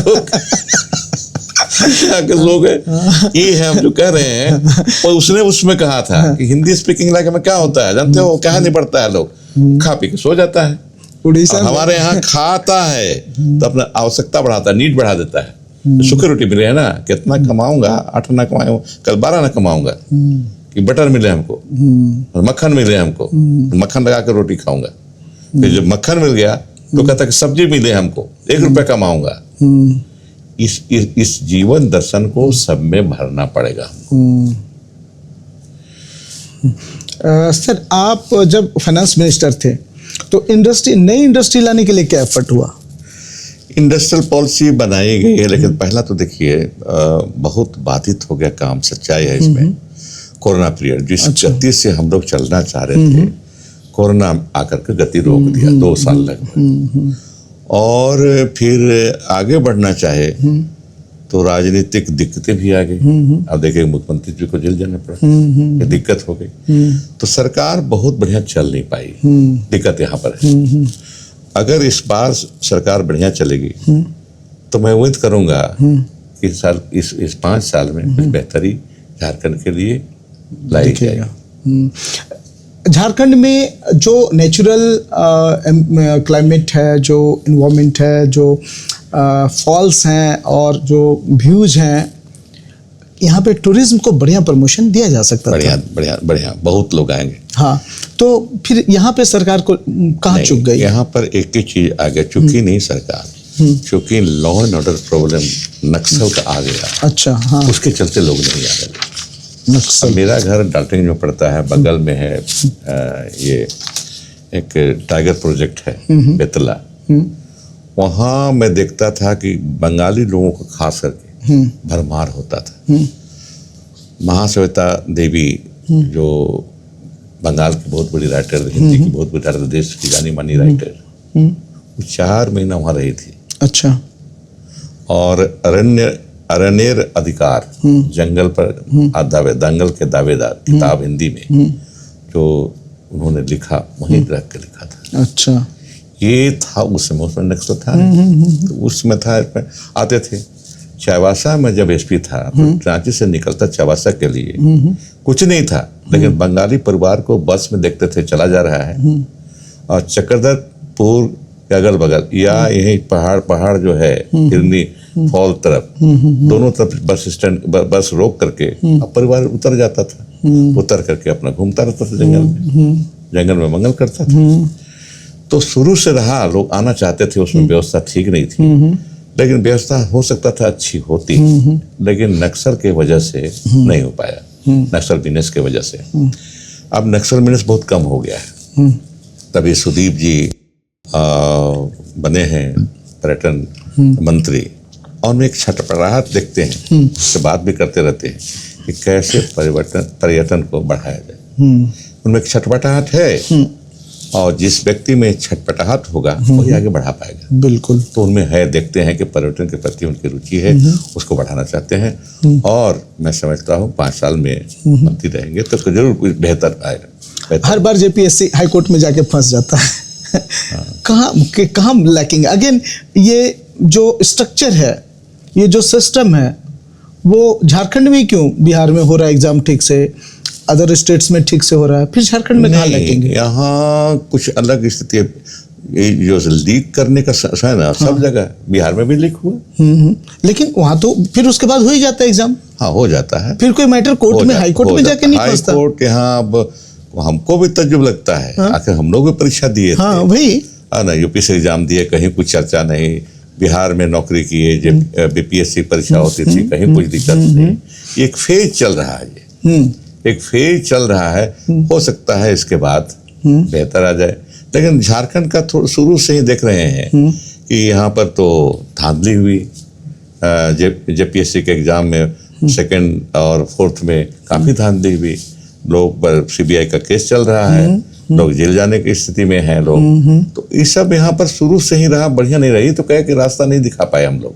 देखिए राजनीति में जो भी हम लोग हैं, एक किसी व्यक्ति का नहीं, किसी पार्टी का नहीं है, टोटल लीडरशिप है ना, इंक्लूडिंग ऑल द पार्टीज, हम रास्ता नहीं दिखा पाए हैं, ये मैं मानता हूँ। बड़ी जो और इंडस्ट्रीज है, क्या वजह है कि झारखंड में आना पसंद करेगी? देखिए, हम व्यवस्था उस तरह से दे नहीं पाए। एक तो लॉ एंड ऑर्डर के ख्याल से भी नहीं आ पाती है, डरते हैं लोग। अब यहाँ कोई आना चाहेगा। अब 2 दिन पहले जो हुआ हजारीबाग में जो कांड हुआ, उसको जो पढ़ेगा तो कहाँ से आएगा? बिल्कुल सही है। यहाँ के लोग नहीं आने देंगे। लालू जी भी एक मेला लगाए थे, बाहर से विदेश से लोग आए थे वहाँ, इंडस्ट्री बैठाने के नाम पर बड़े 3 दिन रहा मैं, उसमें डीआईजी था वहाँ, तो देखने का मौका मिला। चले गए तो इसके बाद वहाँ भी लॉ एंड ऑर्डर खराब था लोगों के अनुसार। तो एक उद्योगपति थे पटना सिटी के, मेरे पास बराबर आते थे, प्रभुदयाल भारतीय जी का नाम था। हम पूछे कि भारतीय जी बताइए, यहाँ लोग इतने लोग आए तो लोग बैठाएंगे इंडस्ट्री वगैरह यहाँ, क्या लगता है आपको? तो बोला कुछ नहीं होगा सर। मैंने क्यों? तो सरकार कही सिंगल विंडो। हम गए एक दिन फोन करके, टाइम लेके इंडस्ट्री सेक्रेटरी के पास मिलने गए, इतना बजे आइए बुलाओ। गए हम तो जाके पुर्जा भेजे सेक्रेटरी के पास, कोई सुबुगाहट नहीं, अंदर बैठे हुए थे। खड़ा था मैं, तो पर्चा उर्चा दिए, तो जो प्यून था स्टूल में बैठा हुआ था, मेरे लिए छोड़ दिया, बोला बैठिए भारतीय जी, आप बैठ जाइए, इसमें थोड़ा इंतजार करना पड़ेगा। आधा घंटा के बाद बुलाए वो, मैं अंदर गया, बात किया, टाल दिए बात। तो कहाँ से कुछ होगा? खाली मीटिंग बुलाने से, यहाँ मेला लगाने से थोड़े होने वाला है। और अगर अमेरिका से कोई पूछेगा हमसे कि आमे लगाने के लिए, तो यही कहूंगा ना कि ये कहानी तो कहूंगा उसको कि यहाँ स्थिति यही है ना, यहाँ तुमको पूछेगा कोई नहीं, भाषणबाजी अपनी जगह पर है, कोई पूछेगा नहीं, आना चाहो तो आओ, है ना। तो ये रहा माहौल, हम लोग दे नहीं पा रहे हैं। हम कहते हैं कि हम देंगे माहौल, लेकिन सच्चाई है कि माहौल नहीं दे पा रहे हैं। फिर युवा कहाँ जाएगा रोजगार के लिए? युवा रोजगार के, देखिए, जॉब क्रिएशन सरकार और प्राइवेट सेक्टर दोनों का जिम्मेदारी है। बिल्कुल बिल्कुल। सरकार तो नौकरी देगी, कितना देगी? इसीलिए एक नौकरी देती है। दूसरा, सरकार जो अर्थनीति उसकी होती है, उसके मार्फत प्राइवेट सेक्टर को भी बढ़ावा देती है। हम उदाहरण देंगे कि हमारी सरकार ने मनोहरपुर जंगल के इलाका है, वहाँ 10 किलोमीटर का रोड बना दिया। आज गाड़ी नहीं चलती, बस नहीं चलती है वहाँ। 10 किलोमीटर 15 मिनट रोड बना दी, अब वहाँ बसें चलेंगी, प्राइवेट सेक्टर इंटर कर जाएगा, मार्केट लगेंगे, मार्केट एक्टिविटी बढ़ जाएगी, इकोनॉमिक एक्टिविटी बढ़ जाएगी, मार्केट एक्टिविटी बढ़ जाएगी। तो इस तरह से और लोगों को पैसे मिलना शुरू हो जाएंगे। बसें चलेंगी तो 2 ठो आदमी रहेंगे बस में ना, ड्राइवर रहेंगे, 2 ठो खलासी रहेंगे आगे पीछे करने के लिए, है ना। बाजार लगेगा तो कई लोगों को उसमें व्यापार करने का मौका मिलेगा। तो बजट जो कहते हैं अर्थनीति का, हम एक्सटेंशन मानते हैं। हमारी जो अर्थनीति होती है उसी को बढ़ाने, विस्तार कह लीजिए, हिंदी में विस्तार है। हम रोड बना रहे हैं तो प्राइवेट सेक्टर को भी बुला रहे हैं, बिना कहे पूछे प्राइवेट आ जाएगा, है ना, बिना कहे पूछे आ जाएगा। तो ये अर्थनीति सरकार की रहेगी तो प्राइवेट दोनों के साथ लगातार साथ साथ रहेगा, एक दूसरे के पूरक हो जाएंगे वो। और इतना जो डिग्री बांटने वाला यूनिवर्सिटी खुल रहा है, इसका क्या फायदा है? इससे बहुत ज्यादा फायदा नहीं है। कागज की डिग्री से कोई फायदा मैं नहीं देख पा रहा हूँ, लेकिन एडुकेट करना है लोगों को, सर्टिफिकेट बांट के। नहीं सर्टिफिकेट हाँ बांटिए कि मैं वही अंदरूनी जानता हूँ, बहुत खुल के नहीं बोल तकलीफ नहीं होता, कभी तकलीफ खुल के नहीं बोल पाऊंगा। पढ़ने वाले विद्यार्थी हाँ पढ़ने वाले रहे, देख रहे हैं कि क्या बोला जाए, जो माहौल है डिग्री बांटी जा रही है, और डिग्री लेने के बाद फिर यही लोग तख्ते लेंगे, बोलेंगे सरकार कुछ नहीं कर रही है। हाँ बात सही है, बात सही है। लेकिन ये कहूँ युवाओं कहूँगा कि जो काम आपको दिया है पहले, माँ बाप आपको सपोर्ट कर रहे हैं, सरकार भी सपोर्ट कर रही है पढ़ाई के समय में, अब बढ़िया से पढ़िए, बढ़िया से पढ़िए। प्राइवेट सेक्टर भी खुला है, सरकार की भी नौकरियां देती है, और सरकार में जो कंस्ट्रक्शन वर्क होता है, चाहे बिल्डिंग का हो, सड़क का हो, सब में कंस्ट्रक्शन के क्षेत्र में तो मिलता ही है, स्किल अनस्किल दोनों को मिलता है ना, काम मिलता है, रोजगार मिलता है, तो है मौके मिलेंगे, नहीं मिलेंगे सो बात नहीं। और फिजिकल भी देखना पड़ेगा, मेहनत करना पड़ेगा, ये नहीं है कि बैठ करके बाबू कलमे चलाएंगे, ऐसा नहीं संभव है। कभी कभी जीवन से ना एहसास होता है क्या, उदास है, तो आपको कभी ऐसा लगा क्या कि राजनीति से अब मन उदास लग रहा है?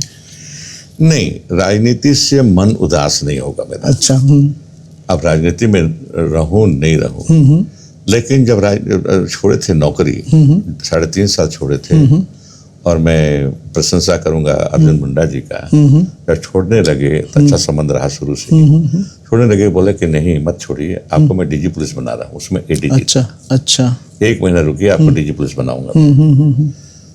तो हम सोनिया जी से मिल चुके थे। अच्छा। उस समय तक हम लोग देखिए हम सोनिया से मिल के आ रहे हैं, इसीलिए इस्तीफा दे रहे हैं। हम किसी सूरत कोई प्रलोभन से हम रुकेंगे नहीं, हम जाएंगे। तो नहीं, बड़ा कठिन होता है, झेलेंगे कठिनाई, कठिन होता है तो हम भी झेलेंगे, उसमें क्या है, तय कर दिया है, रास्ता चुन लिए हैं तो जाएंगे उसमें, लेकिन जरूर जाएंगे।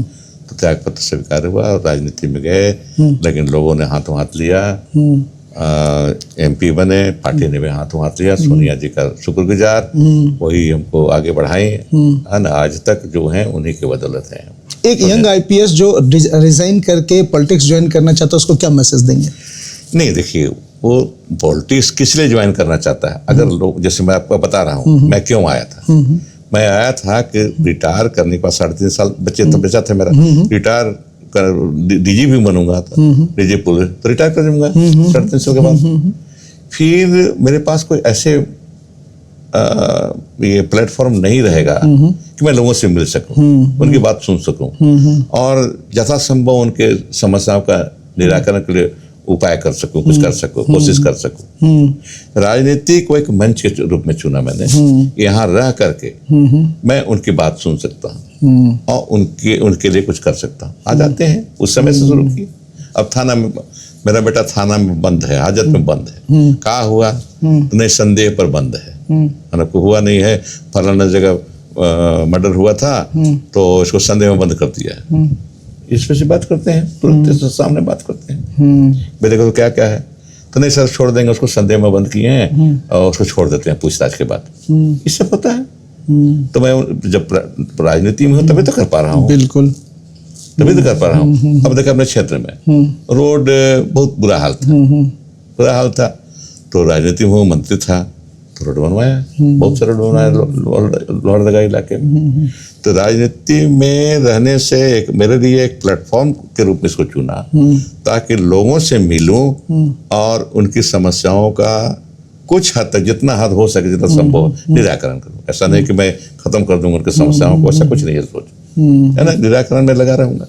जो सोच, और छोटी छोटी चीजें ही बड़ी चीजें उनके लिए। अब बेटा हाजत में बंद है, बड़ी चीज उसके लिए, बिल्कुल सही बात है ना। 1 लाख रुपए दिए तो खुश नहीं होगा, उनका बेटा को छोड़वा दीजिएगा हाजत से तो खुश हो जाएगा, ज्यादा खुश उसको मिलेगी। सर, आज का युवा जो प्रेम, सोशल मीडिया, नशा, इन सब चीजों में फंसा, आप भी युवा थे, आपको कभी प्रेम नहीं हुआ? ऐसा हुआ कि युवा नशा पान के बोल रहे हैं। हाँ। मैं ट्राइबल फैमिली में रहा। हाँ। लेकिन ऐसा फैमिली में रहा। हाँ। जो न खाता था न पीता था। क्या बात है ना, शुद्ध वेजिटेरियन, और ड्रिंक का तो नाम भी नहीं जानता होगा कोई, न दादा ने, न पिताजी ने, न भैया ने। नौकरी करने के बाद मैं पहला आदमी हूँ जो पिया हूँ। अच्छा इसीलिए बोल रहे थे। है ना, इसमें क्या है, तो खुल के बोलना है तो बता देना है, लोगों को बताना है। हाँ मैं पीता था, अब छोड़ दिया, फिर वापस जा रहा हूँ। बहुत बढ़िया। हाँ, तो ये है कि अगर तुम्हारे पास इनकम है, अफोर्ड कर सकते हो, लेकिन सीमित में रहो तुम, है ना। विदेशों में भी पढ़े लिखे लोग हैं, सब पीते हैं, शाम के समय पब चले जाते हैं, पीते हैं, नहीं पीते हैं तो ऐसा थोड़े है ना, सब भगत थोड़े हैं हम। बिल्कुल। लेकिन अपना काम करके, पढ़ाई कम किए हैं लेकिन अपना काम करते हैं, कमाते हैं और तब जाते हैं, दिन में होश में रहते हैं। अभी क्या है, हमारे बच्चे दिन में बेहोश, दिने में से बेहोश हो जाते हैं, सुबह से हो जाते हैं, बड़ा खराब रहता है। खास करके आदिवासी बच्चे, जहाँ मेरा घर है, मेरा टोला है, वहां भी जाता हूँ तो बड़ा खराब लगता है, समझाता हूँ, लेकिन उनको सुधारने में अभी तक कामयाबी नहीं मिली है। अब ज्यादा जाऊंगा गांव में, कोशिश करूंगा फिर कि छोड़ो ये सब, कुछ काम धंधा करो, ये करो वो करो, कमाओ तो पियो, शाम में पियो। ये है। अब ये जो है इसमें ड्रग्स वगैरह का, ये बहुत खराब लत है। बिल्कुल से खराब लत है, ये सब मत करो। अगर टाइम मशीन में आपको वापस जाने का मौका मिले तो कौन सा एक काम जो आप यूथ में नहीं किए करना पसंद करेंगे? जो लगता है यार हम जवान थे, हम भी किए रहते, काश नहीं कर पाए। यूथ में रहते तो क्या करते, क्या बोलेंगे इसको, हम अभी कुछ बता नहीं पाएंगे। हम तो लगता है कि जो चाह रहे थे देर सवेर हो ही जा रहा था, देर सवेर हो जा रहा था। पढ़ाई पूरी किए, नौकरी भी तुरंत मिल गए। जैसे कि मैंने पहले बताया कि एमए करने के बाद 3 परीक्षाएं थी 1 साल के अंदर में। SBI का प्रोबेशनरी अफसर का, उसमें सिलेक्शन हो गया। फिर इंडियन एक्टिव सर्विस का, उसमें सिलेक्शन हो गया। उसमें रहते रहते फिर इंडियन पुलिस सर्विस का दिया, उसमें सिलेक्शन हो गया।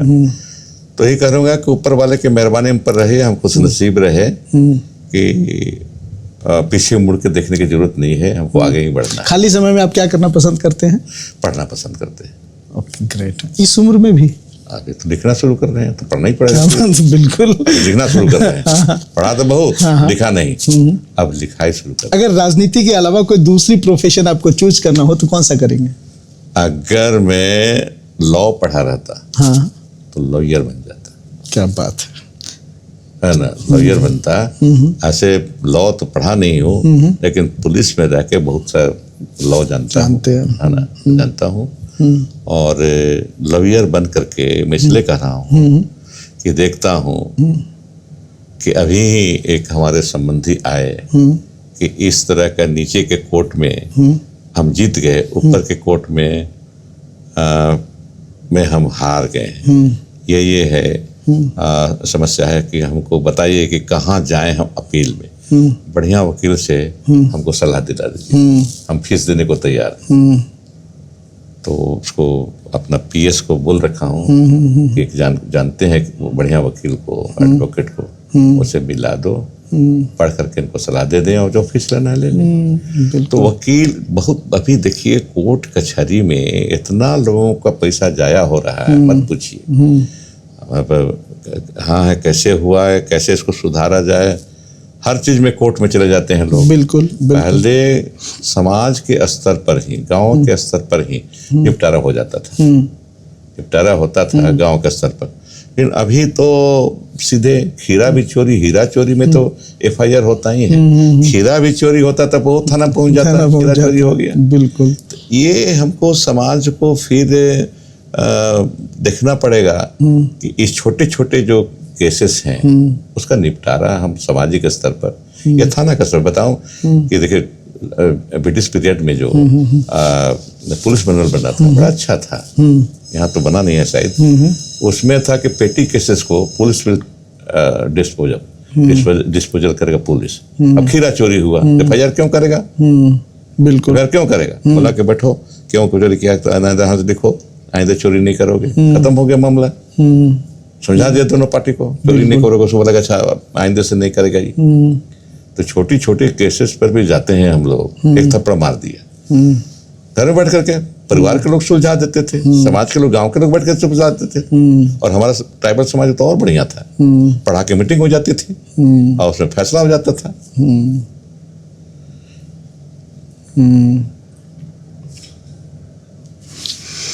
सर, बीजेपी और कांग्रेस में सबसे करप्ट पार्टी कौन है? हम तो कांग्रेस में हैं। उसे क्या, आप इन सब चीजों से परे एक जनसेवक हैं। नहीं, जनसेवक होने की बात है, हम कांग्रेस में हैं। हाँ? और कांग्रेस के वजह से आज हैं राजनीति में, जो भी हैं कांग्रेस में, तो उसके खिलाफ कैसे बोलूंगा, तुलना कैसे करूंगा? मतलब बराबर 60 फीट पानी में भी हमको डुबा दीजिए तब वो कांग्रेस सबसे बड़ी पार्टी। अच्छा, अरविंद केजरीवाल का ये उदय, और फिर आपको अब क्या लगता है अरविंद केजरीवाल? नहीं, अब जो भी हो राजनीति में क्या होगा नहीं होगा, लेकिन अन्ना का आप शुरू में नाम लिया था, अन्ना जी ने आंदोलन चलाया और कहा कि हम राजनीति को बदल देंगे, जो भ्रष्टाचार होता है उसको दूर कर देंगे। अब केजरीवाल क्या, वहां पर कोई गुरेज नहीं है कहने में कि भ्रष्ट हो, भ्रष्टाचार, उसी भ्रष्टाचार में लिप्त हो गई आप पार्टी। शराब एक बोतल लीजिए तो दूसरा बोतल फ्री, क्या मजाक है? इस देश में पहले दफे हुआ, केजरीवाल के जमाने में हुआ। मैं इसको बर्दाश्त नहीं कर सकता। मैं ओपन, हमारी पार्टी क्या कहती है उसके बारे में क्या रखते हैं मैं नहीं जानता, लेकिन मैं राय रखता हूं कि भ्रष्ट पॉलिटिशियन निकला। आप पार्टी भ्रष्टाचार में डूबी रही और उसकी सजा उसको जनता देती नहीं देगी। जनता देती, जनता छोड़ती नहीं है। पॉलिटिक्स के अलावा और क्या हॉबी है जो आप करना पसंद करते हैं? देखिए, पॉलिटिक्स के अलावा अब तो उम्र भी बढ़ गई है तो बहुत ज़्यादा हॉबी नहीं है। पहले मैं तो नौकरी में था, खेलकूद में रुचि लेता था, पढ़ाई में रुचि लेता था, खेलकूद में लेता था। अब अभी एक ही हॉबी है, पढ़ना पढ़ना पढ़ना। अभी आपके पास आया हूँ, उसके पहले सत्य भारती में गया था कुछ किताबें खरीदने के लिए, झारखंड आंदोलन में। वहां से तब एक ही हॉबी बची हुई है कि समय निकाल के पढ़ो और फिर लिखो भी। खाली पढ़ो नहीं, अब लिखना का भी काम करो। कभी मौका मिलेगा तो पढ़ाना पसंद करेंगे बच्चों को? हाँ, एकदम पक्का। ये पुराना हॉबी हमारा है। अच्छा। वो जिसका भारती जी का नाम लिए, उसका दोस्ती थी हमारी। तो एक बार से गए उनके घर में खाने के लिए, पटना सिटी, बुलाए कि आज रात में हमारे यहाँ खाना खाएंगे। गए हम, तो प्रश्न किए कि भैया रिटायर कीजिएगा तो क्या कीजिएगा, क्या इच्छा है? तो बोले कि प्रभुदयाल जी, फर्स्ट नाम से पुकारता प्रभुदयाल जी, मेरी इच्छा है कि रिटायर होने के बाद मैं स्कूल चलाऊं। क्या बात है। मैं अपना तो खोल नहीं पाऊंगा, कोई स्कूल खोल दे मेरे लिए और डायरेक्टर रखे। 1 रुपया लूंगा, पेंशन तो मिलेगा, पैसा कमी नहीं रहेगी, पेंशन मिलेगा हमको। घर में खेती बाड़ी है, ये है, पैसे का लालच भी नहीं है। 1 रुपया लूंगा, डायरेक्टर बनूंगा स्कूल का और स्कूल चलाऊंगा। उसमें सिर्फ मध्यम वर्ग के लड़के रहेंगे, मध्यम वर्ग के परिवार के लड़के रहेंगे। हाई फाई इंजीनियर के, डॉक्टर के बेटे नहीं रहेंगे उसमें।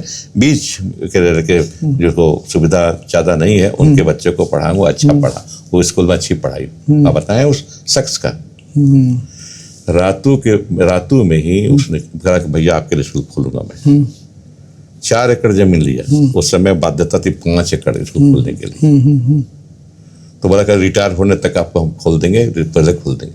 लेकिन मैं तो पहले छोड़ दिया नौकरी, पहले छोड़ दिया नौकरी। तो शिक्षा पर मेरा शुरू से रहा है ना, कि बच्चे बढ़ें। ये आज का नहीं बोल रहा हूँ कि बच्चे को पढ़ाया जाए, शुरू से मैं कह रहा हूँ कि बच्चे को पढ़ाना होगा और बढ़िया लाइन बताना होगा, सीधा लाइन, रटाना खाली नहीं होगा। उनका मानसिक रूप से विकसित उनको किया जाना चाहिए। फिजिकल और मेंटल दोनों का ग्रोथ उसका जरूरी है। खेलेगा तो नशापान नहीं करेगा।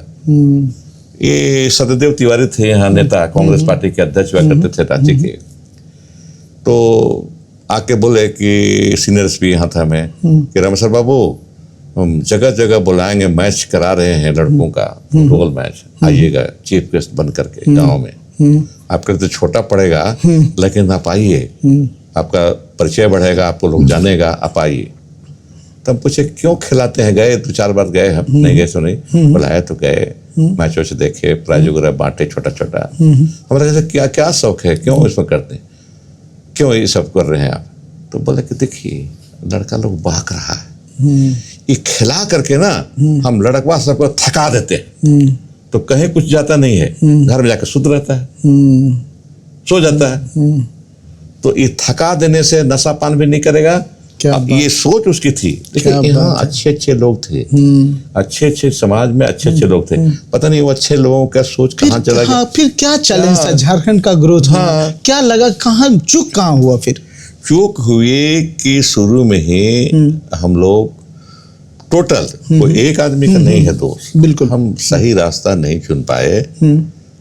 और लोगों को जो संदेह हुआ, नगाड़े बजने बंद हो गया, मांदर बजना बंद हो गया, लोगों को संदेह हुआ और सही संदेह हुआ कि पता नहीं जो हम सोचते थे झारखंड बनने पर ये होगा वो होगा, होगा कि नहीं होगा। क्या यहाँ, मैं एकदम स्ट्रेट फॉरवर्ड सवाल पूछता हूँ, क्या यहाँ की लूट बाहर के लोग कर ले गए? देखिए, यहाँ के लोग लूटते तो पैसा यहीं रह जाता। पैसा यहाँ नहीं है, कहीं दूसरी जगह चला गया तो बात साफ है। तो मेरा ये कहना था कि क्या हम भोली भाली जनता भोले ही रह गए और भोला भाला बन के आके ले गया हमें। पढ़ रहे थे, रिसोर्स ब्लेसिंग होता है किसी भी राज्य के देश के लिए, वो आशीर्वाद रहता है। लेकिन कर्स हो गया, वही तो कर्स हो गया, कर्स नहीं कर्स हो गया, अभिशाप है हमारे लिए। इधर चोरी उधर चोरी, कुछ नहीं व्यवस्था में, कर्ज के रूप में ये हो गया। नहीं रहता तो शायद चोरी भी नहीं होती। बिल्कुल बिल्कुल। कोयले की, बालू की, लकड़ी की, आज पढ़े कि यहाँ लकड़ी लोग भेज करके यहाँ पर लोग कर रहे हैं, तब नहीं होता ना। अच्छा, एक चीज और मैं जानना चाहूँगा, क्या एक IAS ऑफिसर जो करप्शन में चार्जेस लगा हुआ था जिनके ऊपर, उसको आप सेक्रेटरी में जगह दे देते हैं, तो इससे क्या सरकार की छवि धूमिल नहीं होती? नहीं, मैं स्पष्ट बोलना चाहूँगा, इसमें सरकार की छवि धूमिल होती है। अभी तो चार्जशीट दे दिया किसी भी ने, उसको भला बुरा जो कर लीजिए, गलत सही चार्जशीट दे दिया। अब कोर्ट फैसला करेगा, हम थोड़े फैसला करेंगे। तो जब तक उसमें दाग है, वो धुला नहीं जाता है, बरी नहीं हो जाता है, तब इंतजार करना। तो ऐसी क्या मजबूरी सरकार को है? मैं ये नहीं जानता, इस पर कुछ चर्चा नहीं करूंगा। लेकिन बिहार में ऐसा नहीं होता था, बता रहे हैं। अच्छा, जो एक बार पकड़ा गया और चार्जशीटेड हो गया, सरकार उसको नहीं प्रोन्नति नहीं देती थी, पोस्टिंग में बढ़िया नहीं होता था। अच्छा, एक एडवाइस जो आप आज के यंग जनरेशन को देना चाहेंगे? एक एडवाइस तो देखो, बढ़िया से जो काम तुमको माता पिता दिए, जिस काम के लिए तुमको मनी ऑर्डर भेज रहे हैं, है ना, वो काम करो पहले। फिर समाज तुम्हारे लिए जगह बनाएगा, सरकार तुम्हारे लिए जगह बनाएगी, है ना। निराश मत हो। अभी तो उस लायक नहीं हुआ कि निराश हो। 8वां 9वां का लड़का शराब पी रहा है, गांजा पी रहा है, भांग खा रहा है, ये निराशा का प्रतीक है। निराश क्यों हो? अभी तो तुमको माता पिता पैसा भेज रहे हैं पढ़ने के लिए, पढ़ो, जहां भी तुम पढ़ रहे हो पढ़ो। फिर समाज देखेगा तुमको, सरकार भी देखेगी, तुम्हारे रोजगार की व्यवस्था सरकार करेगी।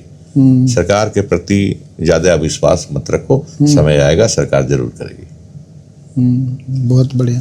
आप अपने जिंदगी का जो इतना लंबा सफर तय किए हैं, एक लेसन जो आप अपनी जिंदगी से निकाल के देना चाहते हैं, या 2-3 लेसन जो आप समझते हैं कि हमको यूथ को देना चाहिए, वो कौन सी होगी? दूसरे के गलती से सीखो। दूसरा गलती किया, उसे सीखो, तुम गलती मत दोहराओ। बहुत बढ़िया। जैसे उदाहरण दूंगा, एक बड़े राजनेता का ही देकर के, एक बड़े नाम नहीं दूंगा, बड़े राजनेता, एक पदाधिकारी गए, रिटायर हो गए थे, कहा कि एक्सटेंशन 1 साल का दिला दीजिए, रिकमेंड कर दीजिए। बिना सोचे समझे वो रिकमेंड कर दिए। वो आदमी घपला में फंस गया, पदाधिकारी, उस पर केस हुआ। चूंकि रिकमेंड किए थे नेता, इस पर भी केस चला। अब इनको भी सजा होगी, तो सजा हुई है, इसको भी सजा होगी। तब मेरे पास आता है दस्तखत कराने के लिए, बोला कि नहीं, पढ़ने दो हमको, समझने दो, दस्तखत नहीं करूंगा। तो ऐसा राजनीति में तो है, तो ऐसे की जगत कैसे होगा? कि राजनीति में फलनुओं थे, दस्तखत कर दिए थे, अब जेल जाना पड़ा था। हमको भी चाहते हो, मैं नहीं जाऊंगा जेल। तो जो गलतियां दूसरे की हैं, उससे सीखिए आप, वो दोहराइए मत। ट्राइबल यूथ को क्या मैसेज देना चाहेंगे? ट्राइबल यूथ को मैसेज देंगे फिर वही मैसेज देंगे, पढ़ो, है ना, पढ़ो अब बढ़िया पढ़ो। ये डिग्री खाली लेने के लिए मत पढ़ो, है ना, जिस तरह से डिग्री जो ले रहे हैं उसमें मत पढ़ो, सचमुच बढ़िया से पढ़ो तुम। क्या बात है, बहुत बढ़िया। दोस्तों, मैं आप सारे लोगों के सामने बात कर रहा था आज अपने मेहमान विधायक श्री रामेश्वर उरांव जी के साथ। ये अपने जीवन के अनुभव से हमें आप लोगों को के साथ सिखा रहे थे, समझा रहे थे और अपने जीवन दर्शन को हमसे साझा भी कर रहे थे। और एक गूढ़ मंत्र जो ये दे के जा रहे हैं वो पढ़िए, और पढ़ने से ज़्यादा सुकून और खुशी देने वाली दूसरी कोई चीज़ नहीं है। आप सारे लोगों का धन्यवाद, और सर आपका भी बहुत बहुत धन्यवाद। एक आखिरी जाते जाते सर, आपको हम लोग कांकेर टॉक्स में आके और बात करके कैसा लगा? आप अपना अनुभव बहुत अच्छा लगा, बहुत अच्छा लगा। ये तो नया टेक्नोलॉजी है, इससे तो ज़्यादा वाकिफ़ है नहीं है।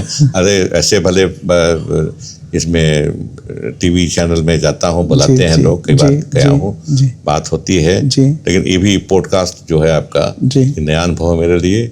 बहुत बहुत धन्यवाद इसके लिए, अनुभव कराने के लिए बहुत धन्यवाद।